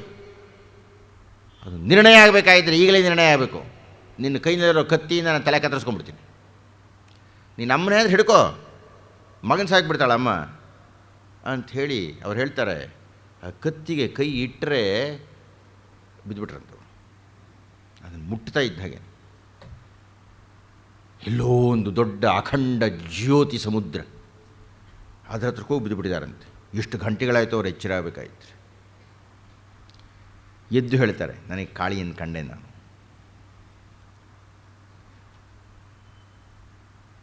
ಕಾಳಿಯನ್ನು ಕಾಣ್ತಾ ಇದ್ದ, ಅದು ಯಾವ ತೀವ್ರವಾಗಿರತಕ್ಕಂಥ ದರ್ಶನ ಅವ್ರಿಗಾಗಿದ್ದು. ಆಮೇಲೆಲ್ಲ ಅವ್ರ ಹತ್ರಕ್ಕೆ ಬಂದು ಕೇಳೋಕ್ಕೆ ಶುರು ಮಾಡಿದರು. ಅವ್ರವ್ರ ಸಮಸ್ಯೆ ಹೇಳ್ಕೊಂಬಿಟ್ಟು, ಸ್ವಲ್ಪ ಕಾಳಿನ ಕೇಳಿ ಉತ್ತರ ಹೇಳಿ ನಮಗೆ. ಅದು ಹಾಸ್ಯ ಅಂತಲೋ ಪ್ರಶ್ನೋ ಏನೂ ಇಲ್ಲ, ಅಷ್ಟೇ ಸರಳ ತೊಳ್ತರು. ಕಾಳಮ್ಮ ಇವರೇನೋ ಕೇಳ್ತಾ ಇದ್ದಾರೆ, ಶಾಸ್ತ್ರಿ ಹೇಳಮ್ಮ ಅಂತಿದ್ರು. ಅವರು ಮಾತಾಡ್ತಾಯಿದ್ರು ಅವರು ಕಾಳಿ ಜೊತೆಗೆ. ಅಷ್ಟು ತಾದಾತ್ಮ್ಯ ಆಗಿಬಿಡುತ್ತೆ ಅವರಿಗೆ. ಅವ್ರಿಗೆ ಇದ್ದಕ್ಕಿದ್ದಾಗೆ ಅನ್ನಿಸ್ತು, ಈ ಕಾಳಿ ಸರಿ, ನಮ್ಮ ಮಂದೇವ್ರು ರಾಮನ ನೋಡಬೇಕಲ್ಲ, ನಾನು ರಾಮನ ಹತ್ರ ಮಾತಾಡಬೇಕಲ್ಲ, ಯಾಕಾಗಬಾರ್ದು? ಅಲ್ಲ, ಅವರು ಎಷ್ಟು ಪ್ರಾಮಾಣಿಕವಾಗಿ 100ಕ್ಕೆ 100ರಷ್ಟು ಶಂಕಾರಹಿತವಾಗಿ ಒಪ್ಕೊಂಡ್ಬಿಟ್ಟಿದ್ರು ಅಂದರೆ, ರಾಮ್ ಬೋಲಾಗೆ ಆದ ಹಾಗೆ. ರಾಮ್ ಬೋಲಾಗ ಅನ್ನಿಸ್ತು, ನಾನು ರಾಮನ ನೋಡಬೇಕು ಅಂತ. ಅವಾಗ ಯಾರೋ ಹೇಳಿದರು, ನೀವು ರಾಮನ್ನು ನೋಡಬೇಕಾಗಿದ್ದರೆ ಮೊದಲು ರಾಮದೂತನ್ನು ನೋಡಿ. ಹನುಮಂತನ ಕೇಳಿ ರಾಮನ ತೋರಿಸ್ಬಿಡ್ತಾರೆ. ರಾಮಬೋಲ ಹಾಗೆ ಹುಡ್ಕೊಂಡು ಹೋಗ್ಬಿಟ್ರು.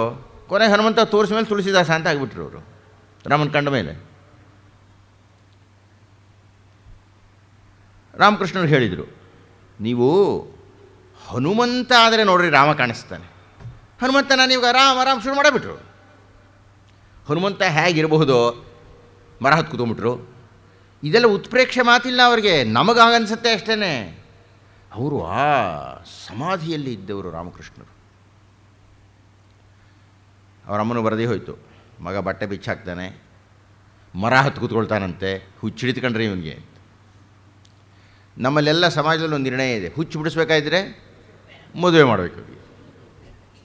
ಅವ್ರಿಗೆ ಬೇಕಾಗೇ ಇರಲಿಲ್ಲ ಅದು. ತಕ್ಷಣ ಬಲವಂತ ಮಾಡಿ ರಾಮಕೃಷ್ಣನ ಊರಿಗೆ ಎಳ್ಕೊಂಡು ಬಂದಿದ್ದಾಯಿತು. ರಾಮ ರಾಮ ರಾಮ ಅಂತ ಇದ್ದಾನೆ. ಅವ್ರು ಹೇಳ್ಕೊಳ್ತಾರೆ, ಒಂದಷ್ಟು ದಿವಸ ಹಾಗಾದಮೇಲೆ ಸೀತಾದೇವಿ ಕಾಣಿಸಿಲ್ಲ. ಸೀತೆ ಪಕ್ಕದಲ್ಲಿ ಹನುಮಂತ ಕೂತ್ಕೊಂಡೆ ರಾಮ ಕಾಣಿಸ್ಬಿಟ್ಟ ನನಗೆ. ಅಲ್ಲಿ ಯಾವನೊಬ್ಬ ಜಟಾಧಾರಿ ಬಂದಿದ್ದಂತೆ ಆ ಕಾಳಿ ಹತ್ತಿರಕ್ಕೆ. ಆತ ಬಾಲರಾಮ ಭಕ್ತ ಅಂತ. ಅಂದರೆ ಆತ ಕರೆದಾಗ ಶಿಶುವಾಗಿದ್ದಂಥ ರಾಮ ಆತನ ಕಣ್ಣಿಗೆ ಕಾಣಿಸ್ತಾ ಇದ್ದಂತೆ. ಓಡೋದ್ರು ಇವರು, ನಂಗೆ ತೋರಿಸವನ್ನ, ಆ ಶಿಶುರಾಮನ ತೋರಿಸು ನನಗೆ. ಅವನಿಗೆ ಆಶ್ಚರ್ಯ ಆಯಿತು. ಏನೇ ಅಪ್ಪಟ 100ಕ್ಕೆ 100ರಷ್ಟು ಕಾಣಿಸ್ತಾನ ಅನ್ನೋ ಪ್ರಶ್ನೆಯೂ ಇಲ್ಲ. ಕಾಣಿಸು, ತೋರಿಸ್ತೀಯ, ಜೇಬಿನ ನಡ್ಕೊಂಡು ತೆಗೆದು ತೋರಿಸ್ಬೇಕಷ್ಟೇ ನೀನು, ಅಷ್ಟೇ ನಂಬಿಕೆ. ಅವನು ಎಷ್ಟು ಮುಗ್ಧನಾಗಿಬಿಟ್ಟ ಅಂದರೆ, ಒಂದಷ್ಟು ದಿವಸ ಕಲ್ಕತ್ತಾದಲ್ಲಿಟ್ಟು ಬಿಟ್ಟು ಹೋಗಬೇಕಾದ್ರೆ ಆ ಬಾದನ ವಿಗ್ರಹ ಇವನು ಕೊಟ್ಟೇ ಹೋಗ್ಬಿಡ್ತಾನೆ, ನೀನೇ ಇಟ್ಕೊಳ್ಳ ಇದನ್ನು. ಅಂಥ ಮುಗ್ಧರು. ಏನು 18ನೇ ಅಧ್ಯಾಯದಲ್ಲಿ ಶ್ರೀಕೃಷ್ಣ ನಿರೀಕ್ಷಣೆ ಮಾಡ್ತಾನೆ. ಮೋಕ್ಷ ಸನ್ಯಾಸ ಯೋಗದಲ್ಲಿ ಆ ಲಕ್ಷಣಗಳೆಲ್ಲ ರಾಮಕೃಷ್ಣಗಳಲ್ಲಿ ಕಾಣಿಸಿಬಿಟ್ಟಿತ್ತು. ಕರ್ಕೊಂಡು ಹೋಗ್ತಾರೆ ಊರಿಗೆ. ಶಾರದಾಮಣಿ ಅಂತ ಒಬ್ಬನ ಕೊಟ್ಟು ಮದುವೆ ಮಾಡ್ತಾರೆ. ಅವಳಿಗಿನ್ನೂ ಬರೀ 5 ವರ್ಷ. 5 ವರ್ಷಕ್ಕೆ ಮದುವೆ ಆಗಲೇನೆ. ನಮಗೆ ಗೊತ್ತಿಲ್ಲ ದೈವ ಯಾವ ಕಾರಣದಿಂದ ಯಾವ ಘಟನೆಗಳನ್ನು ನಮ್ಮ ಜೀವನದಲ್ಲಿ ತರುತ್ತೆ ಅಂತ. ಆ ಹೊತ್ತಿನ ದಿವಸ ರಾತ್ರಿ ಆ ಶಾರದಾಮಣಿದು ಒಂದಷ್ಟು ಒಡವೆಗಳೆಲ್ಲ ಕಳ್ತನ ಆಗ್ಬಿಡ್ತು. ಒಡವೆಗಳೆಲ್ಲ ಕಳ್ತನ ಆಗಿದ್ದಕ್ಕೆ ಆ ಹುಡುಗಿ ಅಪ್ಪ ಹೇಳಿದ, ಗಂಡಿನ ಕಡೆಯವರೇ ಕದ್ದಿದ್ದಾರೆ ಅಂದ್ಬಿಟ್ಟು ಆ ಮಗಳನ್ನ ಎತ್ಕೊಂಡು ಹೋಗೇ ಬಿಟ್ಟ ಆ ಕಡೆಗೆ. ಹಾಗಾಗದೇ ಇದ್ದಿದ್ದರೆ ರಾಮಕೃಷ್ಣರು ಯಾವ ಸಂಸಾರಿಯಾಗಿಬಿಡ್ತಾ ಇದ್ದರು. ಅವ್ರ ಅಮ್ಮ ಅಳ್ತಾ ಕೂತ್ಕೊಂಡ್ಬಿಟ್ಲು. ಅಮ್ಮನಿಗೆ ಹೇಳಿದ ಅವನು, ಅರೆ ಮದುವೆ ಆಗಿಬಿಟ್ನಲ್ಲ, ಎಲ್ಲಿದ್ರು ಬಂದೇ ಬರಬೇಕು ಅವಳು ನನ್ನ ಹತ್ರಕ್ಕೆ, ಬಿಡು ಯಾಕೆ ಕಳ್ತೀಯ ನೀನು. ರಾಮಕೃಷ್ಣಗೆ ಅನ್ನಿಸ್ತು, ಹೇಗೂ ಹುಡ್ಕೊಂಡು ಬರೋಕ್ಕೆ ನಾನು ಬೇಕಾಗಿಲ್ವಲ್ಲ ಅಂತ. ಮತ್ತು ವಾಪಸ್ ದೇವಸ್ಥಾನಕ್ಕೆ ಬಂದುಬಿಟ್ರು.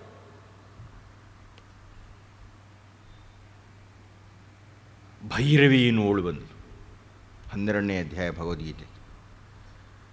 ಭಕ್ತಿ ಯೋಗವನ್ನು ಪ್ರತಿನಿಧಿಸ್ತಕ್ಕವಳು ಅವಳು, ಮಹಾಭಕ್ತೆ. ನಮಗೆ ನಾನಾಗಲೇ ಮೊನ್ನೆ ಹೇಳಿದಾಗೆ ನಮಗೆ ಅದ್ವೈತವೂ ಗೊತ್ತಿಲ್ಲ, ದ್ವೈತವೂ ಗೊತ್ತಿಲ್ಲ, ವಿಶಿಷ್ಟಾದ್ವೈತವೂ ಪದಗಳು ಗೊತ್ತಿದೆ ಅಷ್ಟೇ ನಮಗೆ. ಆ ತುದಿ ಹಿಡ್ಕೊಂಡು ಕಿತ್ತಾಡ್ತೀವಿ, ನಾನು ದೊಡ್ಡವನು ಅಂತಂತ. ಅವಳು ಭಕ್ತೆ ಭೈರವಿ. ಅವಳು ರಾಮಕೃಷ್ಣರಿಗೆ ಹೇಳ್ತಾ ಇದ್ದಾಳೆ, ನಾನು ನಿನಗೆ ಭಕ್ತಿಯ ದರ್ಶನ ಮಾಡಿಸ್ತೀನಿ, ನಾನು ಹೇಳಿದಾಗೆ ಕೇಳು. ಹೇಳಮ್ಮ, ನೀನು ಇಂದ್ರಿಯ ನಿಗ್ರಹ ಮಾಡು. ಮತ್ತೆ ಅದೇನು ಸುಲಭ ಅಂದ್ಬಿಟ್ರು. ನಮ್ಗೆ ಸುಲಭವೇ ಅದು, ಇಂದ್ರಿಯ ನಿಗ್ರಹ ಕಷ್ಟವೇ. ರಾಮಕೃಷ್ಣ ಪ್ರಶ್ನೆ, ಅದು ಯಾವ ಕಷ್ಟ, ಯಾವ ಇಂದ್ರಿಯ ಮಾಡಿಬಿಡ್ತೀನಿ. ಅವಳಿಗೆ ಆಶ್ಚರ್ಯ, ಇಂದ್ರಿಯ ಮಾಡಿಬಿಡ್ತೀನಿ ಬಿಟ್ಲಾನೆ. ಅವಳು 40 ವರ್ಷ, ಇವನು ಪುಟ್ಟ ವಯಸ್ಸು, ಮಾಡಿಬಿಡ್ತೀನಿ ಏನ್ಬಿಟ್ಟ ಆತ. ಈಗ ನೋಡು, ನೀನು ಕೂತ್ಕೊಂಡಿದೀಯ, ಅಲ್ಲಿ ದೈವ ಇದೆ. ಹುಚ್ಚರು ಸುಮ್ಮನೆ ಅದ್ವೈತ ಅಂತ ಕಿತ್ತಾಡ್ತಾರೆ ಅಷ್ಟೇ. ದ್ವೈತದ ಕೊನೆಯ ಹಂತ ಏನು ಅಂದರೆ ನೀನು ಹೋಗಿ ಸೇರ್ಕೊಂಡ್ಬಿಡೋದ್ರೊಳಗೆ. ಸೇರ್ಕೊಂಡೇ ಬಿಟ್ಟ. ಅವಳು ಆಶ್ಚರ್ಯ, ಅವಳಿಗೆ ಹಾಗೇ ಹೋಯ್ತಾರೆ ಒಂದು ದರ್ಶನ. ನೀವು ಯಾವ ಪಂಥವನ್ನು ಯಾವ ದರ್ಶನವನ್ನು ರಾಮಕೃಷ್ಣರ ಹತ್ರ ಮಾಡ್ತೀರೋ ಅದೆಲ್ಲ ತಾವೇ ಆಗಿಬಿಡ್ತಾರೆ ಅವರು. ಇನ್ನು ಮುಂದಿಂದು ನನಗೆ ಕಲ್ಪನೆ ಮಾಡೋಕ್ಕೆ ಸಾಧ್ಯ ಇಲ್ಲದೆ ಇರತಕ್ಕಂಥದ್ದು. ಯಾರೋ ಹೇಳಿದರೆ ಅವರಿಗೆ, ಮೊಹಮ್ಮದ್ ಪೈಗಂಬರ್ ಇದ್ದಾನೆ. ಅರೆ, ನಾನು ಪೈಗಂಬರ್ ಆಗಿಬಿಡ್ತೀನಿ. ನಮಗೆ ಹಾಸ್ಯ ಅನ್ರಿ ಇದು, ಹುಚ್ಚು ಅನಿಸುತ್ತೆ. ರಾಮಕೃಷ್ಣ ಅತ್ಯಂತ ಸಹಜವಾಗಿದ್ದಿದ್ದವರಿಗೆ ತಕ್ಷಣ ಏನು ಮಾಡಿದ್ರು, ಒಂದು ಕಪನಿ ಹಾಕೊಂಡ್ಬಿಟ್ರು. ಈ ಮೌಲ್ವಿ ಸಾಹೇಬರಿದ್ದಾಗ ಆಗ್ಬಿಟ್ರು ಅವರು. ಅಲ್ಲ ಅಂತ ಅಲ್ಲಿ ನಾನು ಕಂಡುಬಿಟ್ಟೆ ಅಂತಾರೆ ಅವ್ರು. ಆಮೇಲೆ ಇದೀಗ ಜೀಸಸ್ಸನ್ನು ಕಾಣಬೇಕು ಅಂತ. ಸರಿ, ಪಾದ್ರಿ ವೇಷ, ಪಾದ್ರಿ ಇದ್ದ ಹಾಗೆ. ಅವರ ಮಟ್ಟಕ್ಕೆ, ಆ ಮುಕ್ತತೆಗೆ ಯಾರೂ ಹೋಗಲಿಲ್ಲ, ವಿವೇಕಾನಂದರೂ ಹೋಗಲಿಲ್ಲ. ಅದಕ್ಕೆ ಹೇಳಿದ್ದು 20ನೇ ಶತಮಾನದಲ್ಲಿ ಆ ಮುಕ್ತ ಸ್ಥಿತಿಯಲ್ಲಿ ಯಾರಿಗೂ ಸಾಧ್ಯ ಇಲ್ಲ. ರಾಮಕೃಷ್ಣ ಪರಮಹಂಸರಿಗೆ ರಾಮಕೃಷ್ಣ ಪರಮಹಂಸರು ಒಬ್ಬರೇ ಸಾಟಿ. ಈ ಉತ್ಪ್ರೇಕ್ಷೆಯಲ್ಲದ ಮಾತದು. ಅಹಂಕಾರದ ಎಳೆಯೇ ಇಲ್ಲ, ತಮಗೇನೋ ಗೊತ್ತಿದೆ ಎನ್ನತಕ್ಕಂಥ ಜಂಭವೇ ಇಲ್ಲ, ಇಲ್ಲವೇ ಇಲ್ಲ, ಏನೂ ಇಲ್ಲ. ಯಾವುದನ್ನು ನಾವು ನಿರಹಂಕಾರ ಸ್ಥಿತಿ ಅಂತ ಕರಿತೀವೋ, ರಾಮಕೃಷ್ಣರು ಆ ನಿರಹಂಕಾರಿಯಾಗಿಬಿಟ್ಟಿದ್ರು. ಇದೆಲ್ಲ 13ನೇ ಅಧ್ಯಾಯದ ಪ್ರಭಾವ.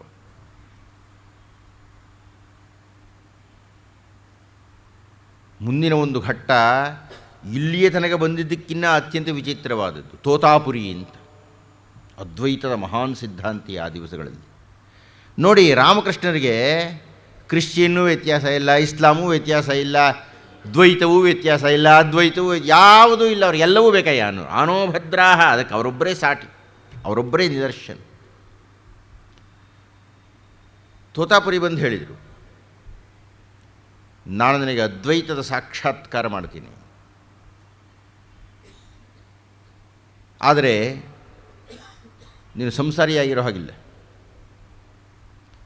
ಅದ್ವೈತದ ಸಿದ್ಧಿಯ ನೀನು ಸಂಸಾರಿಯಾಗಿದ್ದರೂ ಒಂದು ಮಿತಿಯಲ್ಲೇ ಇರ್ತೀಯ. ನೀನು ಅದ್ವೈತದ ಸಾಕ್ಷಾತ್ಕಾರ ಆಗ್ಬೇಕು, ನೀನು ಸನ್ಯಾಸಿ ಆಗಬೇಕು. ಸನ್ಯಾಸಿ ಆಗಿಬಿಟ್ಟೆ. ಸನ್ಯಾಸಿ ಆಗಿಬಿಟ್ರೆ ಏನು ಬರೀ ಬಾಯಿ ಮಾತಾಡಲ್ಲ. ಇಲ್ಲ, ನಾನು ಜುಟ್ಟು ಕಿದಾಕಿ ನೀನು ಶನಿವಾರ ನಂಗೆ ಬೇಕಲ್ಲ, ನಾನು ಉಟ್ಕೊಂಡ್ಬಿಡ್ತೀನಿ ಕಾವಿ ಬಟ್ಟೆ. ಹಾಗೇ ಬಿಟ್ಟರು. ಆಗಲೇ ಅವರಿಗೆ ಪರಮಹಂಸ ಅನ್ನತಕ್ಕಂಥ ಬಿರುದು ಸಿಕ್ಕಿದ್ದು, ರಾಮಕೃಷ್ಣ ಪರಮಹಂಸ ಅಂತ.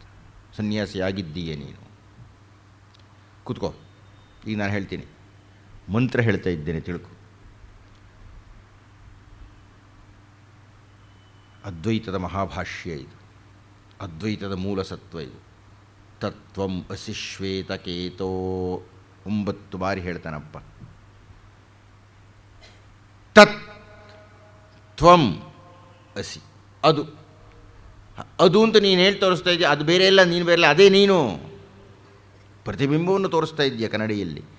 ಅದು ಯಾವ್ದು ನೀನೇನೇ. ಅದು ಕೊಳದ ನೀರಿನಲ್ಲಿ ಮುಖವನ್ನು ನೋಡಿ, ಅದಲ್ಲ, ಅದು ನೀನೇ. ಅದು ನೀನೇ ಆಗಿದೆಯಾ, ವ್ಯತ್ಯಾಸವೇ ಇಲ್ಲ ನಿನಗೆ. ಅದೇನಾಗಿದೆ, ಅದು ಇಡೀ ಬ್ರಹ್ಮಾಂಡವೇ ಆಗಿಬಿಟ್ಟಿದೆ. ನೀನು ರಾಮಕೃಷ್ಣ, ಒಂದು ಪುಟಾಣಿ ದೇಹ, ಯಾವುದೋ ಒಂದು ಕಾಳಿ ಮಂದಿರ, ಅದೆಲ್ಲ ಇಲ್ಲ.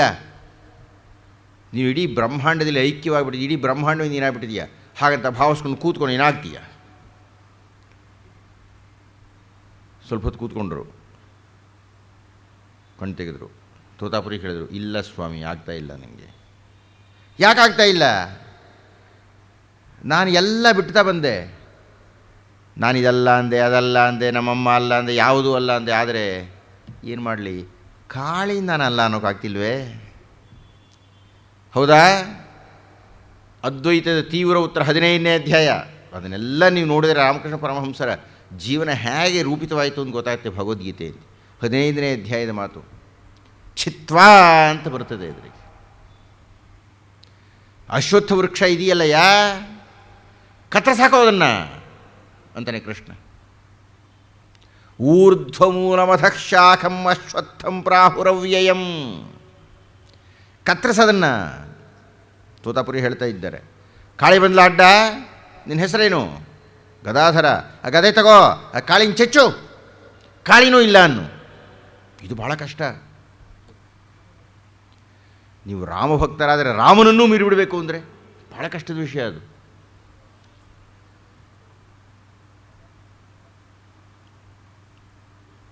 ಪರಮಹಂಸರು ಕೂತ್ಕೊಂಡ್ರು. ಹೌದು ಕಾಳಿ, ನಾನು ಕೂತ್ಕೊಳ್ಳೋ ಮುಂಚೆ ನೀನು ಕೇಳಿದೆ, ಕೂತ್ಕೊ ಅಂತ ಹೇಳಿದೆ, ಕೂತ್ಕೊಂಡಿದ್ದೀನಿ. ಈ ಅಡ್ಡವನ್ನು ನಾನು ನಿಂಗೂ ಚೆಚ್ಚಿಬಿಡ್ತೀನಿ. ಹಾಗಂತ ಹೇಳಿ ಕೂತರಂತೆ 3 ದಿವಸ ಅಲ್ಲಾಡಲೇ ಇಲ್ಲ. 3 ದಿವಸಗಳು ತೋತಾಪುರಿ ಕಣ್ಬಿಟ್ಟು ನೋಡ್ತಾ ಇದ್ದಾರೆ. ಏನೇ ಹೋಗೇ ಬಿಟ್ಟನಲ್ಲ ಒಳಕ್ಕೆ ಅಂತ. ನನಗೆ ಎಷ್ಟು ವರ್ಷಗಳು ಬೇಕಾಯಿತು ಹೀಗಾಗಲಿಕ್ಕೆ. 3 ದಿವಸ ನಿಷ್ಪಂದವಾಗಿ, ನಿಶ್ಚಲವಾಗಿ, ಅಕಳಂಕನಾಗಿ, ಅಸ್ಥಿರದ ಮಾತಿಲ್ಲದೆ ಮಹಾಸ್ಥಿರ ಬುದ್ಧಿಯಿಂದ ಕೂತ್ಕೊಂಡ್ಬಿಟ್ಟಿದ್ದಾರೆ. ಅಲ್ಲಾಡ್ತಾ ಇಲ್ಲ. ತೋತಾಪುರಿ ಹೇಳಿದಂತೆ ಅದ್ವೈತಿ ಅಂದರೆ ಇವನೇ ಕಣಯ್ಯ, ದ್ವೈತಿ ಅಂದರೆ ಇವನೇ ಕಣಯ್ಯ, ಶಾಕ್ತ ಅಂದರೆ ಇವನೇ ಕಣಯ್ಯ, ಭೈರವೋಪಾಸಕ ಅಂದರೆ ಇವನೇ ಕಣಯ್ಯ, ಜೀಸಸ್ ಅಂದರೂ ಇವನೇ, ಪಾದ್ರಿ ಅಂದರೂ ಇವನೇ, ಎಲ್ಲವೂ ಇವನೇ ಕಣಯ್ಯ. ನೋಡಿ, ಏಕಂ ಸತ್ ಬಹುಧಾ ವಿಪ್ರಾವದಂತಿ ಅನ್ನುವುದನ್ನು ರಾಮಕೃಷ್ಣರು ತಮ್ಮ ಜೀವನದಲ್ಲಿ ತೋರಿಸಿಬಿಟ್ರದು.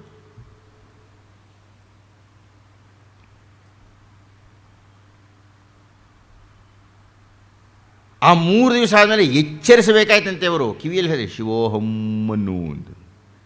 ಆವಾಗ ಅವ್ರು ಕಂಡುಬಿಟ್ರಂತೆ, ಎಲ್ಲಿದ್ದೀನಿ ನಾನು? ಅಯ್ಯೋ ಪೆದ್ದಣ್ಣ, ಇಷ್ಟು ಬೇಗ ಹೋಗಬೇಡ, ಸ್ವಲ್ಪ ಇರು, ಇಲ್ಲೇನೋ ಕೆಲಸಗಳಿದೆ ಒಂದಷ್ಟು ನೀನು ಮಾಡೋದು. ಈಗಲೇನು ಹೋಗಿ ಕೂತ್ಕೊಂಡ್ಬಿಟ್ರೆ ಹಾಗಯ್ಯ? ನೀನೇ ಹೇಳ್ತಾ ಇದೀಯ, ಬದುಕುವುದರ ಗುರಿ ಏನೋ ಸಾವೇ, ಅಷ್ಟು ಬೇಗ ಸತ್ಬಿಟ್ರೆ ಬದುಕಿ ಏನೋ ಮಾಡಬೇಕಾಗಿದೆಯಲ್ಲ ಒಂಚೂರು. ಇದೆಲ್ಲ ಕೋಲ್ಕತ್ತಾದಲ್ಲಿ ಪ್ರಸಿದ್ಧವಾಗ್ತಾ ಹೋಯಿತು. ಕೋಲ್ಕತ್ತಾ ಅನ್ನೋದು ಪದವೇ ಇಲ್ಲ, ದರಿದ್ರ ಆಂಗ್ಲೇಯರು ಮಾಡಿದ ಪದ. ಅದರ ಹೆಸರು ಕಾಳಿಘಟ್ಟ ಅಂತ. ಕಾಳಿಘಟ್ಟ ಹೋಗಿ ಕಲ್ಕತ್ತಾಗಿ ಕೋಲ್ಕೊತ್ತೋ ಆಗಿ ಏನೇನೋ ಆಗಿಬಿಟ್ಟಿತ್ತು. ಅದು ನಿಜವಾದ ಹೆಸರು ಕಾಳಿಘಟ್ಟ. ಆ ಕಾಳಿಘಟ್ಟದಲ್ಲಿ ಇದೆಲ್ಲ ಪ್ರಸಾರ ಆಗಿಬಿಡ್ತು. ಎಲ್ಲರೂ ನೋಡೋದಕ್ಕೆ ಬರೋಕ್ಕೆ ಶುರು ಮಾಡಿದರು. ಬಂದವರಿಗೆಲ್ಲ ಅವರ ಪ್ರೀತಿ ಸಿಗ್ತಾ ಇತ್ತು. ಎಲ್ಲ ಶಿಷ್ಯರು ಹೇಳ್ಕೊಳ್ಳೋದು, ಮಹೇಂದ್ರನಾಥ, ಎಲ್ಲರೂ ಸುರೇಂದ್ರನಾಥ, ಎಲ್ಲರೂ ಹೇಳ್ತಕ್ಕಂಥದ್ದು ಅದೇನೆ. ಎಂತೆಂಥವರು ಶಿಷ್ಯರಾಗ್ಬಿಟ್ರು. ಮಹೇಂದ್ರನಾಥ ಅನ್ನತಕ್ಕಂಥ ಮಹಾಮನುಷ್ಯ ಬ್ರಾಹ್ಮ ಸಮಾಜದ ಒಂದು ಪ್ರಸಿದ್ಧ ಪ್ರತಿನಿಧಿ ಆತ. ಅಥವಾ ಯಾವ ನಮ್ಮ ದಯಾನಂದ ಸರಸ್ವತಿಗಳು ಅಂತ ನಾವೇನು ಆರ್ಯ ಸಮಾಜದ ಬಗ್ಗೆ ಮಾತಾಡ್ತೀವಿ, ಅವರೆಲ್ಲ ಅವರ ಚಟ್ಟೋಪಾಧ್ಯಾಯ, ಅವರೆಲ್ಲ ಅವರ ಶಿಷ್ಯರಾಗಿದ್ದವರೇನೆ. ರಾಮಕೃಷ್ಣ ಪರಮಹಂಸರ ವಚನಾಮೃತವನ್ನು ಉಂಡವರು. ಅದಕ್ಕೆ ಅನಂತರ ರಾಮಕೃಷ್ಣಾಶ್ರಮದಲ್ಲಿ ರಾಮಕೃಷ್ಣ ವಚನ ವೇದ ಅಂತ ದೊಡ್ಡದು 2 ಪುಸ್ತಕಗಳು ಬಂದ್ಬಿಡುತ್ತೆ. ಅವರು ಮಾತಾಡಿದ್ದೆಲ್ಲ ವೇದ ಇದ್ದ ಹಾಗೇನ್ರಿ. ಅದರೊಳಗೆ ನೀವು 1000 ಕಡೆ ಭಗವದ್ಗೀತೆ ನೋಡ್ತೀವಿ. ಆದ್ದರಿಂದಲೇ ಅವರೇ ಹೇಳೋದು ಮಾತಿದೆಲ್ಲ. ನಾವು ಭಗವದ್ಗೀತೆ ಎನ್ನತಕ್ಕಂಥದ್ದು ಬರೀ ಹೇಳ್ತಕ್ಕಂಥದ್ದಲ್ಲ, ಅದು ಅನುಸರಿಸ್ತಕ್ಕಂಥದ್ದು. ಭಗವದ್ಗೀತೆಯನ್ನು ಅನುಷ್ಠಾನ ಮಾಡ್ತಕ್ಕದ್ದು. ಅವರ ಜೀವನದ ಒಂದೊಂದು ಘಟ್ಟವೂ ಒಂದೊಂದು ಅಧ್ಯಾಯವಾಗಿ ಕಾಣುತ್ತೆ. ನಿಮಗೆ ಏನಾದರೂ ರಾಮಕೃಷ್ಣ ಪರಮಹಂಸರ ಜೀವನವನ್ನು ಭಗವದ್ಗೀತೆಯ ಅಧ್ಯಾಯವನ್ನು ಹೋಲಿಸಿಬಿಟ್ರೆ, ಅದಕ್ಕೋಸ್ಕರನೇ ಮುಂದೆ ಬಂದಂಥ ರಾಮಕೃಷ್ಣಾಶ್ರಮದ ಭಗವದ್ಗೀತೆಯಲ್ಲಿ ಅಷ್ಟು ಬಾರಿ ರಾಮಕೃಷ್ಣರ ಹೆಸರುಗಳನ್ನು, ಘಟನೆಗಳನ್ನು, ಉದಾಹರಣೆಯನ್ನು ಕೊಡ್ತಾ ಹೋಗ್ತಾರೆ ಸ್ವಾಮಿ. ಈ ಸಂದರ್ಭದಲ್ಲಿ ಹೀಗೆ ಹೇಳಿದರು, ಶಾರದಾಮಣಿ ಹೀಗೆ ಹೇಳಿದರು, ಇದಕ್ಕೆ ಈ ಉತ್ತರ ಕೊಟ್ಟರು. ಗುರುಗಳು ಭಗವದ್ಗೀತೆಯಂತೆ ಆಚರಣೆಯಲ್ಲಿ ಜೀವಿಸಿಬಿಟ್ಟರೆ ಭಕ್ತಿಯೋಗ, ಕರ್ಮಯೋಗ, ರಾಜಯೋಗ ಅನ್ನತಕ್ಕಂತಹ 3 ಭಗವದ್ಗೀತಾ ಕೃತಿಗಳನ್ನು ರಾಮಕೃಷ್ಣರ ಪರಮಹಂಸರ ನಿಜ ಜೀವನದಲ್ಲಿ ಹಾಸುಹೊಕ್ಕಾಗಿ ಅವರ ಪ್ರಭಾವಕ್ಕೆ ಸಂಪೂರ್ಣವಾಗಿ ತನ್ನನ್ನು ಅರ್ಪಣೆ ಮಾಡಿಕೊಂಡಂಥ ವಿವೇಕಾನಂದರು ಬರೆದರು. ಆಮೇಲೆ ಈ ಕಾರಣದಿಂದಾಗಿಯೇ ಭಗವದ್ಗೀತೆಯ ಸಂದರ್ಭದಲ್ಲಿ ನಾನು ರಾಮಕೃಷ್ಣರನ್ನು, ವಿವೇಕಾನಂದರನ್ನು, ರಾಮಕೃಷ್ಣಾಶ್ರಮವನ್ನು ನೆನಪಿಸಿಕೊಳ್ಳಬೇಕಾದ. ಆ ವಿವೇಕಾನಂದರು ಅವರೊಬ್ಬರ ಬಗ್ಗೆ ಒಂದು 15 ನಿಮಿಷ ಆದರೂ ನಾನು ಮಾತಾಡಬೇಕು. ಯಾಕೆಂದರೆ ರಾಮಕೃಷ್ಣರ ಆಶ್ರಮಗಳ ಬಗ್ಗೆ ಆಗಲಿ, ರಾಮಕೃಷ್ಣರನ್ನು ಕಾಣದ ನಮ್ಮ ಹತ್ತಿರಕ್ಕೆ ರಾಮಕೃಷ್ಣರನ್ನು ಕರೆತಂದಿದ್ದಾಗಲಿ, ರಾಮಕೃಷ್ಣ ಸನ್ಯಾಸಿಗಳು ಅಂತ ಈ ಹೊತ್ತು ಯಾರು ಸಾವಿರಾರು ಮಂದಿ ಇದ್ದಾರೆ, ಅವರಿಗೆ ಒಂದು ನೇರ್ಪಟ್ಟು, ಅವರಿಗೆ ಒಂದು ಇದು ವಿಧಿ, ಇದು ನಿಯಮ, ಹೀಗಿರಬೇಕು ಅಂತ ಒಂದು ಪಟ್ಟಿಯನ್ನು ಹಾಕಿಕೊಟ್ಟಿದ್ದಾಗಲಿ, ರಾಮಕೃಷ್ಣಾಶ್ರಮದ ಸನ್ಯಾಸಿಗಳ ಸಂಘದ ಧ್ಯೇಯ ಇವತ್ತಿನ ದಿವಸ ಭಾರತದಲ್ಲಾಗಲಿ ಅಮೆರಿಕಾದಲ್ಲಿ ಇರತಕ್ಕಂಥ ಯಾವುದೇ ರಾಮಕೃಷ್ಣಾಶ್ರಮದಲ್ಲಿ ಬೆಳಗ್ಗಿನಿಂದ ಸಂಜೆ ತನಕ ಯಾವ್ಯಾವ ಕಾರ್ಯಕ್ರಮಗಳು ನಡೀತಾ ಇದೆಯೋ ಹೀಗೀಗೇ ನಡೀಬೇಕು ಚಚಾ ತಪ್ಪದೆ ಅಂತ ಆ ಪಾಠ ಮಾಡಿಕೊಟ್ಟಿದ್ದಾಗಲಿ ಇದೆಲ್ಲ ವಿವೇಕಾನಂದರೇನೆ. ರಾಮಕೃಷ್ಣರು ಕಾಯ್ತಾ ಇದ್ದಾರೆ, ಯಾವನೊಬ್ಬನು ಬರಬೇಕು. ಆ ಮಾತುಗಳು ಹಾಗೆ ಬರ್ತೀರಿ, ನೀವು ಸಾಕ್ಷ್ಯ ಕೊಡಿ ಅನ್ನೋದಲ್ಲ, ಬರೀ ಆ ಉತ್ತರವೇ ಗೊತ್ತಾಗ್ಬಿಡ್ಬೇಕು ನಿಮಗೆ. ಇದು ಅವ್ರ ಮನಸ್ಸಿನ ಸ್ಥಿತಿ ಅಂತ. ಮೊಟ್ಟ ಮೊದಲನೇ ಬಾರಿ ಯಾರದೋ ಒಬ್ಬರ ಮನೆಯಲ್ಲಿ ಈ ಬ್ರಾಹ್ಮ ಸಮಾಜದ ಹಾಡಿನ ಪ್ರತಿನಿಧಿಯಾಗಿ ನರೇಂದ್ರನಾಥ್ ಹೋಗಿದ್ದಾನೆ. ಅವನೆಲ್ಲರನ್ನೂ ಕೇಳ್ತಾ ಇದ್ದ, ದೇವರು ನೋಡಿದರೆ ದೇವ್ರು ಯಾರು ನೋಡಿದ್ವಿ ಅಂತ ಹೇಳೋರೇ ಇಲ್ಲ ಅಲ್ಲಿ. ನಂಬಿಕೆ ಆಗಿ ಬರುತ್ತೆ ಅವನಿಗೆ. ಏನೋ ಇದಾನಂತಪ್ಪ, ಅಪ್ಪಗಿಪ್ಪ ಬೇಡ, ನೋಡಿದೆಯೋ? ಅವನು ಮಹಾ ದೊಡ್ಡ ವಿಜ್ಞಾನಿ. ನರೇಂದ್ರನಾಥ ಏನು ಕಡಿಮೆ ಮನುಷ್ಯ ಅಲ್ಲ. ಯಾರನ್ನೂ ಪರೀಕ್ಷೆ ಮಾಡದೆ, ಯಾವುದನ್ನೂ ಒಪ್ಪದೆ, ಯಾವುದು ತನ್ನ ಅನುಭವಕ್ಕೆ ಬರದೆ ತನ್ನ ಮುದ್ರೆ ಒತ್ತಾ ಇದ್ದವನಲ್ಲ ಅಂತ. ಎಲ್ಲರನ್ನೂ ಕೇಳ್ತಾ ಇದ್ದ, ಮಾತಾಡಿದವರನ್ನೆಲ್ಲನೂ. ಬ್ರಾಹ್ಮ ಸಮಾಜ, ರಾಜಾರಾಮ್ ಮೋಹನ್ ರಾಯ್, ಮುಂದೆ ನಾನು ಮಧುಸೂದನ ಸರಸ್ವತಿಗಳು ಉಪನಿಷತ್ತುಗಳ ಬಗ್ಗೆ ಬಂದಾಗ ನಾನು ಅವ್ರ ಬಗ್ಗೆ ಅವಶ್ಯ ಮಾತಾಡಬೇಕು ನಿಮ್ಮ ಹತ್ರ. ಎಂಥ ದೊಡ್ಡ ವ್ಯಕ್ತಿ ಆತ. ಮಹೇಂದ್ರನಾಥರು, ದೇವೇಂದ್ರನಾಥ ಠಾಗೂರ್, ರವೀಂದ್ರನಾಥರ ಅಪ್ಪ, ಅವರು ರಾಮಕೃಷ್ಣ ಪರಮಹಂಸರ ಶಿಷ್ಯರೇ.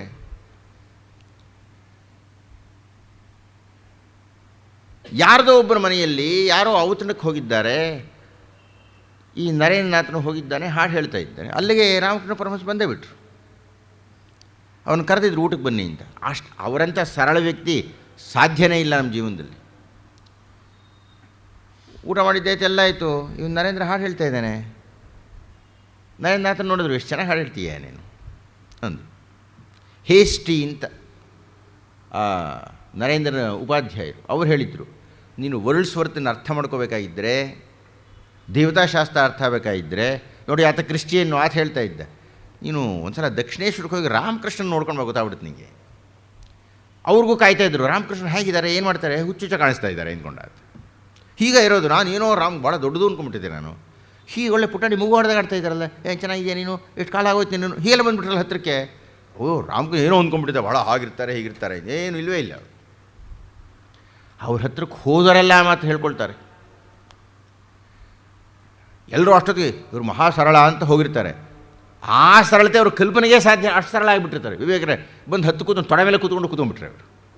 ಅಷ್ಟು ಆ ಇಡೀ ರಾಮಕೃಷ್ಣರನ್ನು ಬರೀ ಪ್ರೀತಿಯೇ, ಅಲ್ಲಿ ಬಿಟ್ಟು ಬೇರೆ ಮಾತೇ ಇಲ್ಲ ಅದರೊಳಗೆ, ಶುದ್ಧ ಪ್ರೀತಿ.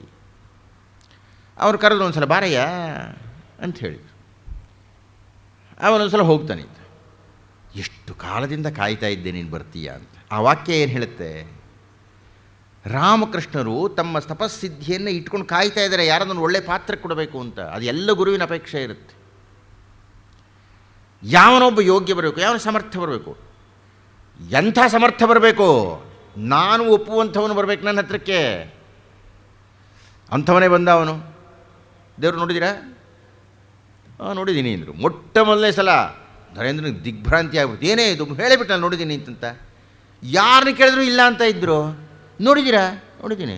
ತೋರಿಸ್ತೀರಾ? ತೋರಿಸ್ತೀನಿ. ಏನು ರೀ ಪ್ರಶ್ನೋತ್ತರ ಇದು? ರಾಮಕೃಷ್ಣರಿಗೂ ಬೇಕಾಯಿತು, ಒಬ್ಬನಿಗೆ ತೋರಿಸ್ಬೇಕಾಯಿತು. ಇಲ್ದಿರೋರು ಹೇಳಿದ್ದೆಲ್ಲ ಬರೀ ಅವ್ರ ಜೊತೆಗೆ ಹೋಗ್ಬಿಡ್ತಾ ಇತ್ತು. ಯಾವನೊಬ್ಬನು ಬೇಕಲ್ಲ. ಮತ್ತು ಅವ್ರಿಗೇನೋ ಒಂದು ನಿಕ್ಷಿಪ್ತವಾಗಿದೆ, ಅವ್ರೇನೋ ಹೇಳಬೇಕಾಗಿದೆ. ತೋತಾಪುರಿ ಅದನ್ನೇ ಹೇಳಿದ್ದು, ಅಟ್ವೇನು ಹೋಗೋ ಹಾಗಿಲ್ಲ ನೀನು. ನೋಡಿ ಆ ಸಂಭಾಷಣೆಗಳೆಲ್ಲ ನನಗೆ ಗೊತ್ತಿಲ್ಲ ಯಾರಾದರೂ ವ್ಯಾಖ್ಯಾನ ಮಾಡಿದ್ದಾರಾ ಅಂತ. ತೋತಾಪುರಿಯ ವಾಕ್ಯ ಹೇಳೋದಕ್ಕೂ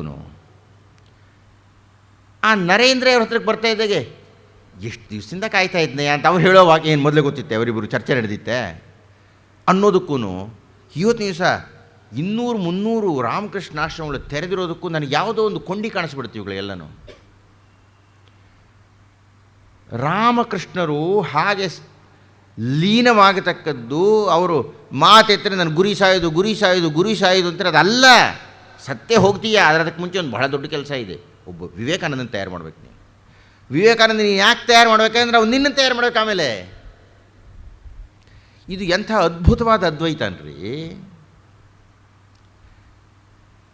ಮಂಡನ ಮಿಶ್ರರು ಶ್ರೀ ಶಂಕರರ ಜೊತೆಗೆ ಚರ್ಚೆಯನ್ನು ಮಾಡಿದಾಗ ಮಂಡನ ಮಿಶ್ರ ಪ್ರಶ್ನೆ ಕೇಳ್ತಾರೆ, ಎಲ್ಲಾದರೂ ಶಿಷ್ಯ ಗುರು ಆಗ್ತಾನೇನೆಯ?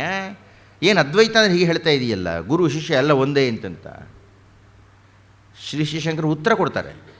ಆ ಉತ್ತರಕ್ಕೆ ನಂಗೆ ತಕ್ಷಣ ಕಾಣಿಸ್ತಕ್ಕಂಥ ಉದಾಹರಣೆ ರಾಮಕೃಷ್ಣ ಪರಮಹಂಸರು, ವಿವೇಕಾನಂದರು. ಗಮನಿಸಿ, ರಾಮಕೃಷ್ಣ ಪರಮಹಂಸರಲ್ಲೇ ವಿವೇಕಾನಂದ ಇಲ್ಲ. ವಿವೇಕಾನಂದ ಇಲ್ಲದೆ ನಾವು ಇವತ್ತು ಯಾರೂ ರಾಮಕೃಷ್ಣ ನೆನಪಿಸ್ಕೊಳ್ತಾ ಇಲ್ಲ. ಗುರುವಿನಿಂದ ಶಿಷ್ಯನಾಗಿ, ಶಿಷ್ಯನಿಂದ ಗುರುವಾಗಿ, ಶಿಷ್ಯ ಗುರುವಿಬ್ಬರು ಐಕ್ಯರಾಗಿ ಬಿಡ್ತಕ್ಕಂಥ ಎಂಥ ಸ್ಥಿತಿ ಅದು. ಅದರಲ್ಲೂ ಆ ಕೊನೆ ಘಟ್ಟ ಹೇಗೆ ನೆನೆಸ್ಕೊಂಡು ರೋಮಾಂಚನ ಆಗಿಬಿಡುತ್ತೆ. ವಿವೇಕಾನಂದರು ಹೇಳಿದರು, ನಾನು ಅಷ್ಟು ಸುಲಭಗೆಲ್ಲ ನಂಬಲ್ಲ ನಿನ್ನ ಅಂದ್ಬಿಟ್ರು. ಅಷ್ಟೊತ್ತಿಗಾಲೇ ರಾಮಕೃಷ್ಣರ ಬಗ್ಗೆ ಬಹಳಷ್ಟು ಕಥೆಗಳೆಲ್ಲ ಹಬ್ಬಿಬಿಟ್ಟಿತ್ತು. ಅವ್ರಿಗೆ ದುಡ್ಡನ್ನು ಕಂಡ್ರೆ ಆಗಲ್ವಂತೆ, ಹೆಂಗಸರನ್ನ ಕಂಡ್ರೆಲ್ಲ ಬರೀ ತಾಯಿ ಅಂತ ಕರೀತಾರಂತೆ, ಕಾಮಿನಿ ಕಾಂಚನ ತ್ಯಾಗವಂತೆ, ಅಂತೆ ಅಂತೆ ಅಂತೆ ಕಂತನ ಕೆಳ ಅಂದಿದ್ದವು. ರಾಮಕೃಷ್ಣ ಮಲಕೊಳ್ಳೋದಕ್ಕೆ ಹೋಗೋದಕ್ಕೆ ಮುಂಚೆ ಒಂದು ರೂಪಾಯಿ ನಾಣ್ಯ ತೊಗೊಂಡೋಗಿ ಹಾಸಿಗೆ ಕೆಳಗಡೆಗೆ ಇಟ್ಬಿಟ್ಟಿದ್ದಾರಂತೆ. ನಿಜವೋ ಇವರು ನಿಜವಾಗ್ಲೂ ಕಾಂಚನ ತ್ಯಾಗವೋ ಅಥವಾ ಬರೀ ಬೂಟಾಟಿಕೆನೋ? ಅವ್ರು ಬಂದರು, ಮಲಕೊಳ್ಳೋಕೆ ಹೋಗ್ಬಿಟ್ಟು ಹೇ ಚಳಿದೆ ಅಂತ ಎದ್ದುಬಿಟ್ರಂತ ಅವ್ರು. ಹಾಗೇನೆ ಕಚ್ತಾ ಇದೆ ಏನೋ ನನಗೆ ಅಂತ. ರಾಮಕೃಷ್ಣರಂಥ ಶುದ್ಧರು ಹೇಗೆ ಶ್ರೀ ಶಂಕರ ದುಡ್ಡು ತೊಗೊಂಡು ನಾನೇನೇ ಮಾಡಲಿ ಅಂತ ಹೇಳಿಬಿಟ್ರು, ಹಾಗೆ ರಾಮಕೃಷ್ಣರು ಒಂದು ರೂಪಾಯಿ ನಾಣ್ಯ ಎಲ್ಲೋ ಹಾಸಿಗೆ ಕೆಳಗಡೆ ಇದ್ದರೆ ಹಾಸಿಗೆ ಮುಟ್ತಿದೆ ಹೇಳ್ತಾರೆ, ಓ ಚೇಳು ಕಚ್ಚಾಗೈತೆ, ಬಿಸಿ ಆಗ್ತಾ ಇದೆ, ಇದು ಕೊಡಬೋದೇನೇನೋ ಅಂತ. ಮೆಲ್ಲ ಅವರು ಒಂದು ರೂಪಾಯಿ ತೆಗೆದ ಮೇಲೆ ಸ್ವಲ್ಪ ತಂಪಾಗಿದೆ ಇವಾಗ ಅಂತ. ನಿಜವಾಗಿಯೂ ಈತ ಏನು ಹೇಳ್ತಾ ಇದ್ದೋ ಅದನ್ನು ಜೀವನದಲ್ಲಿ ಇದಾನಲ್ಲಯ್ಯ.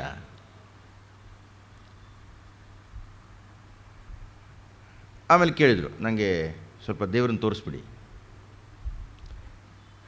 ಹೋಗಿ ಏನು ಮಾಡ್ತೀಯ ನೀನು? ಏನು ಸ್ವಾಮಿ ಮಾಡೋದು, ನಾವು ತುಂಬ ಬಡವರು, ನಮ್ಮಪ್ಪ ಹೋಗ್ಬಿಟ್ಟಿದ್ದಾರೆ, ನಮ್ಮಮ್ಮ ಕಾಯ್ತಾ ಇದ್ದಾರೆ, ಏನೋ ಸಂಪಾದನೆ ಮಾಡಿಕೊಂಡ್ರೆ ಊಟ ಮಾಡ್ಕೊಂಡು ಹೊಟ್ಟೆ ಹೊರೆಯೋಣ ಅಂತಂತ. ಹೀಗಾಗಿ ನೀವು ದೇವ್ರನ್ನ ತೋರಿಸ್ಬಿಟ್ಟು ದುಡ್ಡು ಕೊಡು ಅಂತ ಕೇಳ್ಬಿಡ್ತೀನಿ ನಾನು. ಸರಿ ಹೋಗಪ್ಪ, ಒಳಗೆ ಕಾಳಿ ಇದ್ದಾಳೆ ಕೇಳು. ಕಾಳಿ ರಾಮಕೃಷ್ಣ, ಈ ಕಾಳಿ ಎಂಥ ತರಲೆ ನೋಡಿ, ರಾಮಕೃಷ್ಣನ ಕತ್ತಿ ತಗೋಬೇಕಾಯ್ತು ಕಾಳಿ ಕಾಣಿಸ್ಬೇಕಾದ್ರೆ. ಈಗ ರಾಮಕೃಷ್ಣ ಶಿಫಾರಸ್ಸಿದೆ, ಭಾಳ ಸುಲಭ. ಗುರುವಿನ ಅವಶ್ಯಕತೆ ಬೀಳೋದು ಅಲ್ಲೇ.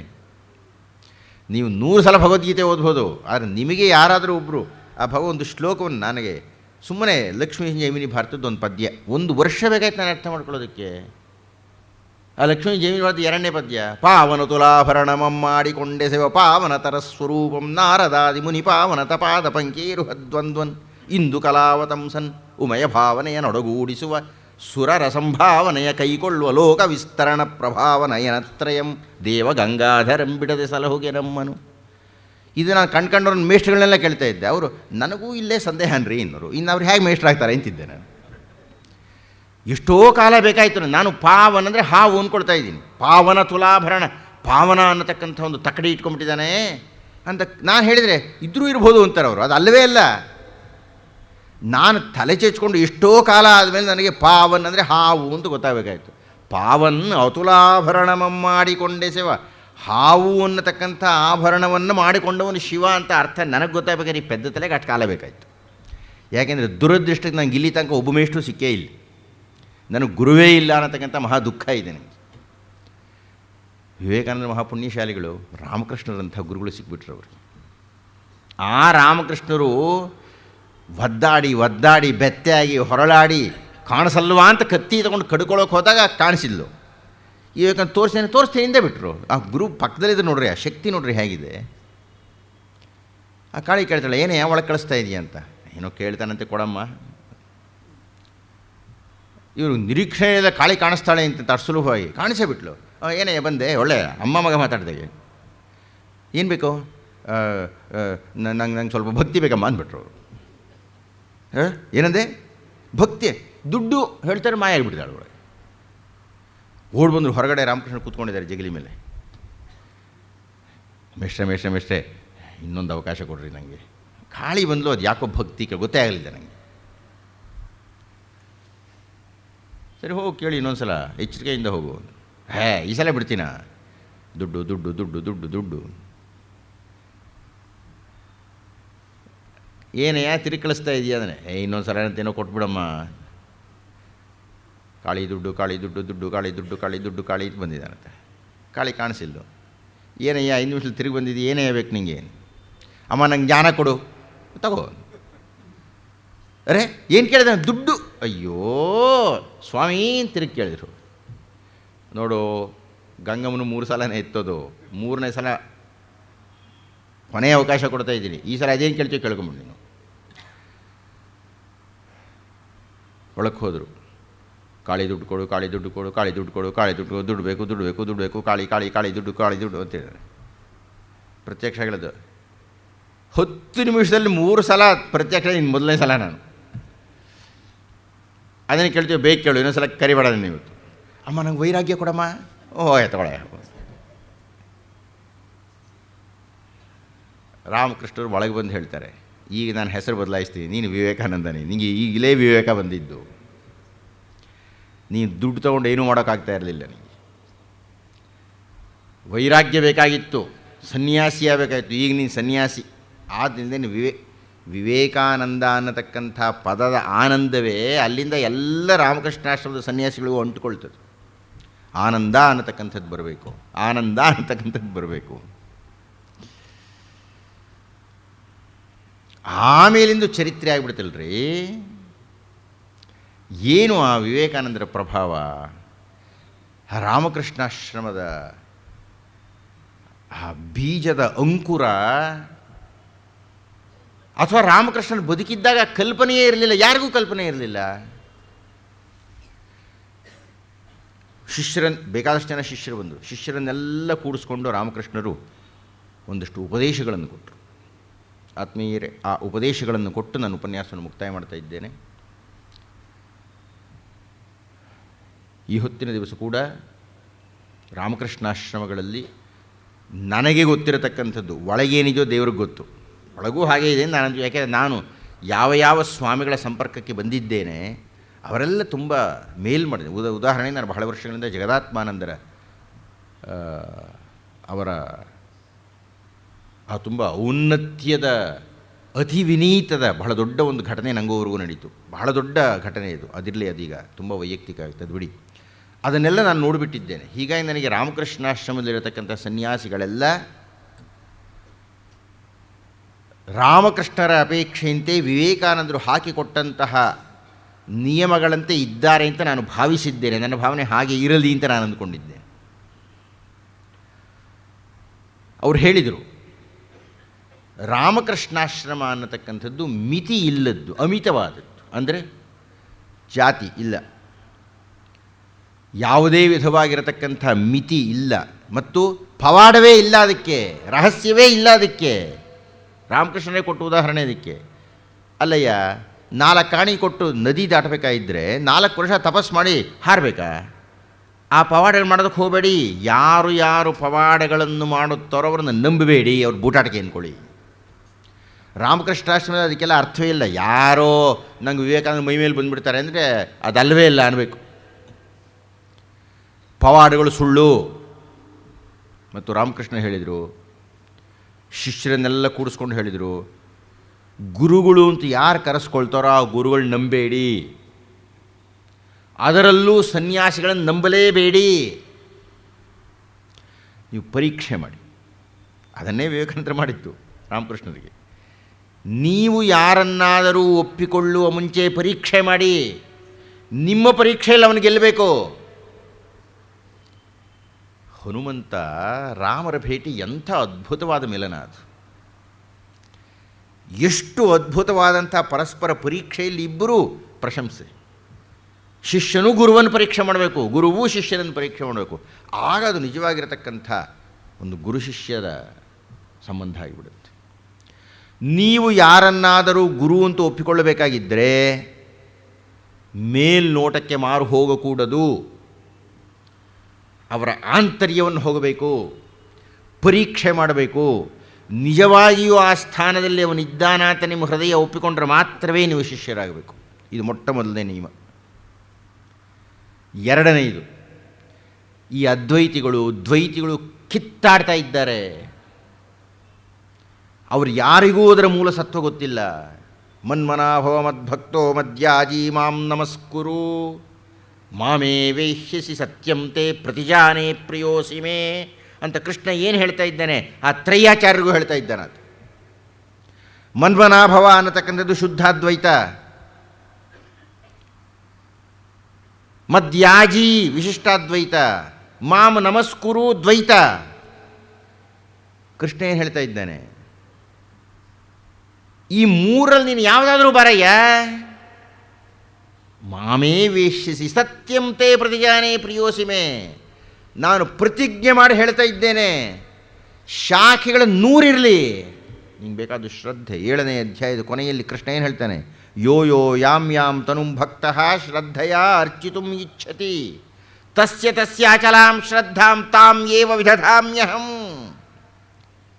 ಯೋ ಯೋ ಯಾಂ ಯಾಂ ತನುಂ ಭಕ್ತಃ, ಅಯ್ಯ ನೀವು ಭಕ್ತರಿದ್ದೀರಿ, ನಿಮಗೆ ರಾಮ ಇಷ್ಟ, ಅವನಿಗೆ ಶಿವ ಇಷ್ಟ, ಆತನಿಗೆ ಕಾಳಿ ಇಷ್ಟ, ಇನ್ನು ಹನುಮಂತ ಇಷ್ಟ, ಇನ್ಯಾರಿಗೋ ಮತ್ತೊಂದು ಇಷ್ಟ, ಹೀಗೆ 100 ದೇವರುಗಳನ್ನು 100 ಮಂದಿ ಪೂಜೆ ಮಾಡ್ತಾ ಇದ್ದಾರೆ ಅಂದರೆ ಆ ಶ್ರದ್ಧೆ ಮುಖ್ಯವಾದ್ದು. ರಾಮನ ಬಗ್ಗೆ ಶ್ರದ್ಧೆ ಇದೆಯಾ? ಕೃಷ್ಣನ ಬಗ್ಗೆ ಶ್ರದ್ಧೆ ಇದೆಯಾ? ಕಾಳಿ ಬಗ್ಗೆ ಶ್ರದ್ಧೆ ಇದೆಯಾ? ಆ ಶ್ರದ್ಧೆ ಅಷ್ಟೇ ನನಗೆ ಬೇಕು. ತಸ್ಯ ತಸ್ಯ ಅಚಲಾಂ ಶ್ರದ್ಧಾಂ ತಾಂ ಏವ ವಿದಧಾಮ್ಯಹಂ. ನಿನಗೆ ಯಾವ ದೈವದಲ್ಲಿ ಅಚಲವಾದ ನಂಬಿಕೆ ಇದೆಯೋ ಆ ನಂಬಿಕೆ ನಾನಿನ್ನೂ ಜಾಸ್ತಿ ಮಾಡ್ತೀನಿ. ಮುಖ್ಯವಾಗಿ ಬೇಕಾದ್ದು ಆಕಾರ ಅಲ್ಲ, ಮುಖ್ಯವಾಗಿ ಬೇಕಾದ್ದು ನಿಮ್ಮ ಶ್ರದ್ಧೆ. 17ನೇ ಅಧ್ಯಾಯದಲ್ಲಿ ಶ್ರದ್ಧಾತ್ರಯ ವಿಭಾಗ ಯೋಗದಲ್ಲಿ ಅತ್ಯದ್ಭುತವಾಗಿ ಕೃಷ್ಣ ವರ್ಣನೆ ಮಾಡ್ತಾನೆ. ರಾಮಕೃಷ್ಣನು ಹೇಳ್ತಾ ಇದ್ದಾರೆ, ನೀವು 100 ಹೆಸರಿನಿಂದ ಕರೀರಿ ದೇವರನ್ನು, ಅದು ಒಂದೇ ಶಕ್ತಿ. ನನಗೆ ಕಾಳಿ ಪ್ರಿಯ, ನನ್ನ ಶಿಷ್ಯ ವಿವೇಕಾನಂದರಿಗೆ ಬ್ರಹ್ಮನ್ ಪ್ರಿಯ, ಅವನು ಶುದ್ಧಾದ್ವೈತಿ, ಅವನ ನನ್ನ ಕಾಳಿ ಹಿಡ್ಕೊಂತ ಹೇಳೋದೇ ಇಲ್ಲ, ನಾನು ಬ್ರಹ್ಮನಲ್ಲೇ ಇರಲಿ ಬಿಡು. ನಾನು ಕಾಳಿಯಲ್ಲೂ ಬ್ರಹ್ಮನನ್ನೇ ನೋಡ್ತೀನಿ, ಬ್ರಹ್ಮನಲ್ಲೂ ಕಾಳಿಯನ್ನೇ ನೋಡೋಕೆ ಇನ್ನೂ ವಿಸ್ತಾರವಾಗಿ ತಪಸ್ಬೇಕು. ಆ ತಪಸ್ಸಾಗ್ತಾ ಇಲ್ವಾ? ಇಷ್ಟು ಸಾಕು. ಪ್ರತಿಯೊಬ್ಬರಿಗೂ ಆಯ್ಕೆ ಮಾಡಿಕೊಳ್ಳತಕ್ಕಂಥ ಸ್ವಾತಂತ್ರ್ಯ ಇದೆ. ಹಾಗೆ ಆಯ್ಕೆ ಮಾಡಿಕೊಂಡಾಗ ಯಾರೋ ಯಾರಿಗಿನ್ನ ಕಡಿಮೆಯೂ ಇಲ್ಲ, ದೊಡ್ಡವರೂ ಅಲ್ಲ. ಆಯ್ಕೆ ಮಾಡಿಕೊಂಡಿರತಕ್ಕಂಥದ್ದಕ್ಕೆ ಆಪ್ತರಾಗಿರಬೇಕು, ಆಯ್ಕೆ ಮಾಡಿಕೊಂಡಿರತಕ್ಕಂಥದ್ದಕ್ಕೆ ಜೀವ ಕೊಡಬೇಕು. ದೇವನೊಬ್ಬ, ನಾಮ ಹಲವು. ಪರಮ ಪತಿವ್ರತೆಗೆ ಗಂಡನೊಬ್ಬ, ಮತ್ತೊಂದ ಬಯಸಿದರೆ ಕಿವಿಮೂಗ ಕೊಯ್ಯುವನು ನಮ್ಮ ಕೂಡಲ ಸಂಗಮ ದೇವ. ಎಂಥ ಅದ್ಭುತವಾದ ಮಂತ್ರ ಬಸವಣ್ಣಂದದು. ಒಪ್ಕೊಳ್ತಾ ಇದ್ದೀನಯ್ಯ, ವಿಷ್ಣು, ಈಶ್ವರ, ಹನುಮಂತ ಎಲ್ಲರೂ ಹೆಸರುಗಳು ಬೇರೆ ಬೇರೆ, ಒಂದೇ ಶಕ್ತಿ. ಆದರೆ ಒಂದು ಸಲ ಹಿಡ್ಕೊಂಬಿಟ್ಟ, ನೀವು ವೈಷ್ಣವರಾಗಿ ವಿಷ್ಣುವನ್ನು ಹಿಡ್ಕೊಂಡಿದ್ದೀನಿ, ಮುಗದೇ ಹೋಯ್ತು. ನೀವು ವಿಷ್ಣುವನ್ನು ಬಿಡೋ ಹಾಗೆ ಇಲ್ಲ ರೀ. ನೀವು ದ್ವೈತಿಯಾಗಿದ್ದರೆ ಶುದ್ಧ ದ್ವೈತಿಯಾಗಿರ್ಬೇಕು. ನೀವು ಶುದ್ಧ ದ್ವೈತಿಯಾಗಿದ್ದೂ ಅದ್ವೈತಿಗೆ ಬೆಲೆ ಕೊಡಬೇಕು ನೀವು. ಯಾಕೆ ಅಂದರೆ ಶ್ರೀ ಶ್ರೀ ಶಂಕರಾಚಾರ್ಯರೋ, ಶ್ರೀಮನ್ ಮಧ್ವಾಚಾರ್ಯರೋ, ಶ್ರೀ ಶ್ರೀ ರಾಮಾನುಜಾಚಾರ್ಯರೋ, ಅವರ 3 ಜನಕ್ಕೆ ನೀವು ದೊಡ್ಡವರಲ್ಲ. ಅವರೆಲ್ಲ ಅಲ್ಲಿದ್ದಾರೆ, ನಾವೆಲ್ಲೋ ಇಲ್ಲಿ ನಿಂತ್ಕೊಂಡಿದ್ದೀವಿ. ಅವ್ರ ಬಗ್ಗೆ ಟೀಕೆ ಮಾಡೋಕ್ಕೆ ಆ ಯೋಗ್ಯತೆ ಇದೆಯಾ ನಮಗೆ? ದೊಡ್ಡದೇನೋ ಹೇಳಿದಾರಯ್ಯ ಅವರು, ಅದನ್ನು ಕೇಳಿ ಮೊದಲು ಅರ್ಥ ಮಾಡಿಕೊಳ್ಳೋಣ. ಹಾಗೆ ಅರ್ಥ ಮಾಡಿಕೊಳ್ಳೋ ಸಮಯದಲ್ಲಿ 100 ದಾರಿಗಳಿದೆ. ಒಂದು ದಾರಿಯಲ್ಲಿ ನಾನು ಹೋಗ್ತಾ ಇದ್ದೀನಿ, ಪಕ್ಕದ ದಾರಿಯಲ್ಲಿ ಇನ್ನೊಬ್ಬನು ಬರ್ತಾ ಇದ್ದಾನೆ, ನಾನು ಯಾಕೆ ಅದನ್ನು ಲಕ್ಷ್ಯ ಮಾಡಬೇಕು? ಆದ್ದರಿಂದ ಇದು ರಾಮಕೃಷ್ಣನ ಉಪಮಾನ. ಒಂದು ಸ್ನಾನಘಟ್ಟ ಇದೆ, ಅಲ್ಲೋ ನಾನು ಕಲಶದಲ್ಲಿ ನೀರು ತೊಗೊಳ್ತಾ ಇದ್ದೀನಿ, ಇನ್ಯಾವನು ಪಿಗ್ದಾನಲ್ಲಿ ತೊಗೊಳ್ತಾನೆ, ಮತ್ತು ಇನ್ಯಾವನು ತೊಗೊಂಡು ಒಬ್ಬೊಬ್ಬನ ಒಂದು ಹೆಸರು ಹೇಳ್ತಾ ಇದ್ದಾನೆ. ಮೂಲಭೂತವಾಗಿ ಒಂದು ಸತ್ಯ, ಒಂದು ಸತ್ವ, ಒಂದು ದೈವ, ಒಂದು ಅಂತಃಶಕ್ತಿ, ಒಂದು ಅಂತರಾತ್ಮವೇ ವಿನಃ ನಾವು ನೋಡ್ತಕ್ಕಂಥದ್ದೆಲ್ಲ ಬಹಿರಂಗವಾಗಿರತಕ್ಕಂಥ ಅನೇಕ ದೃಶ್ಯಗಳು ಅಷ್ಟೇ. ಒಂದು 100 ಬಿಂದಿಗೆಗಳನ್ನು ನೀರು ತುಂಬಿ ಇಟ್ಟರೆ ಆ 100 ಬಿಂದಿಗೆಗಳಲ್ಲಿ ಸೂರ್ಯನ ಪ್ರಖರವಾಗಿರತಕ್ಕಂಥ ಪ್ರತಿಬಿಂಬ ಕಾಣುತ್ತೆ. ಹಾಗಂತ 100 ಸೂರ್ಯರಿದ್ದಾರೆ ಅದರೊಳಗೆ, ಸೂರ್ಯ ಒಬ್ಬನೇ. ನಂದೊಂದು ಪಾತ್ರ ಇದೆ ಸ್ವಾಮಿ, ಈ ಲೋಟದಲ್ಲಿ ಸೂರ್ಯ ಕಾಣಿಸ್ತಾ ಇದ್ದಾನೆ, ಬಿಂದಿಗೆ ಸೂರ್ಯ ಕಾಣಿಸ್ತಾ ಇದ್ದಾನೆ, ತಮ್ಗೆಲ್ಲಿ ಸೂರ್ಯ ಕಾಣಿಸ್ತಾ ಇದ್ದಾನೆ. ನನಗೆ ಕಾಣಿಸ್ತಾ ಇರತಕ್ಕಂಥದ್ದು ನನ್ನ ಮಿತಿಯಾದ ದರ್ಶನ. ನನ್ನ ಮಿತಿಯಾದ ದರ್ಶನದಿಂದ ಅಮಿತ ಸತ್ಯವನ್ನು ತಿರಸ್ಕಾರ ಮಾಡಲಿಕ್ಕೆ ಹೋಗಬೇಡ ನೀನು. ಮತ್ತು ನಾನು ನಿಮಗೆಲ್ಲ ಹೇಳ್ತಾ ಇರತಕ್ಕಂಥದ್ದು ಏನು ಅಂದರೆ, ಬರೀ ರಾಮಕೃಷ್ಣರು ಏನೋ ಹೇಳ್ತಾ ಇದ್ದಾರೆ ಅಂತ ಅಷ್ಟಕ್ಕೆ ಕೂತ್ಕೋಬೇಡಿ. ಬೇರೆ ಬೇರೆ ಶಾಖೆಗಳಲ್ಲಿ ಓಡಾಡಿ. ಏನಂದ ನಾನು ಉಪನ್ಯಾಸದ ಪ್ರಾರಂಭದಲ್ಲಿ ಆನೋ ಭದ್ರಾಹ ಅಂತ ಹೇಳಿದೆ, ಅದನ್ನು ರಾಮಕೃಷ್ಣರು ಹೇಳ್ತಾರೆ. ಸುವಿಚಾರಗಳು, ಯೋಗ್ಯ ವಿಚಾರಗಳು ಪ್ರಪಂಚದ ಯಾವ ಯಾವ ಮೂಲೆಯಿಂದ ಯಾವ ಯಾವ ಕಿಟಕಿ ಬಾಗಿಲುಗಳಿಂದ ಬರುತ್ತೋ ಕಿಟಕಿ ಬಾಗಿಲಲ್ಲೆಲ್ಲ ತೆಗೆದಿಟ್ಬಿಡಿ. ಮುಚ್ಚೋದಕ್ಕೆ ಹೋಗಬೇಡಿ, ಯಾವುದನ್ನು ಕೂಪ ಮುಂಡಕ್ಕಾಗಬೇಡಿ. ನೀವು ಒಳ್ಳೆ ನದಿಯಲ್ಲಿರತಕ್ಕಂಥ ಮತ್ಸ್ಯ ಆಗಿ, ಸಮುದ್ರದಲ್ಲಿನ ಬೃಹತ್ ಕಪ್ಪೆ ಆಗಿ, ಆವಾಗ ವಿಸ್ತಾರ ಇರುತ್ತೆ ನಿಮಗೆ. ಕುಬ್ಜರಾಗಲಿಕ್ಕೆ ಹೋಗಬೇಡಿ. ಯಾವತ್ತೂ ಮನಸ್ಸನ್ನು ಮುದುಡಲಿಕ್ಕೆ ಹೋಗಬೇಡಿ. ನೀವು ಎಲ್ಲದಕ್ಕೂ ಮನಸ್ಸನ್ನು ತೆಗೆದಿಟ್ಕೊಂಡಿರಿ. ಹಾಗೆ ಆದಾಗ ನಿಮ್ಮಲ್ಲಿ ಏನಾಗುತ್ತೆ ಅಂದರೆ ನಿಮ್ಮ ಅಹಂಕಾರ ಕಡಿಮೆ ಆಗುತ್ತೆ.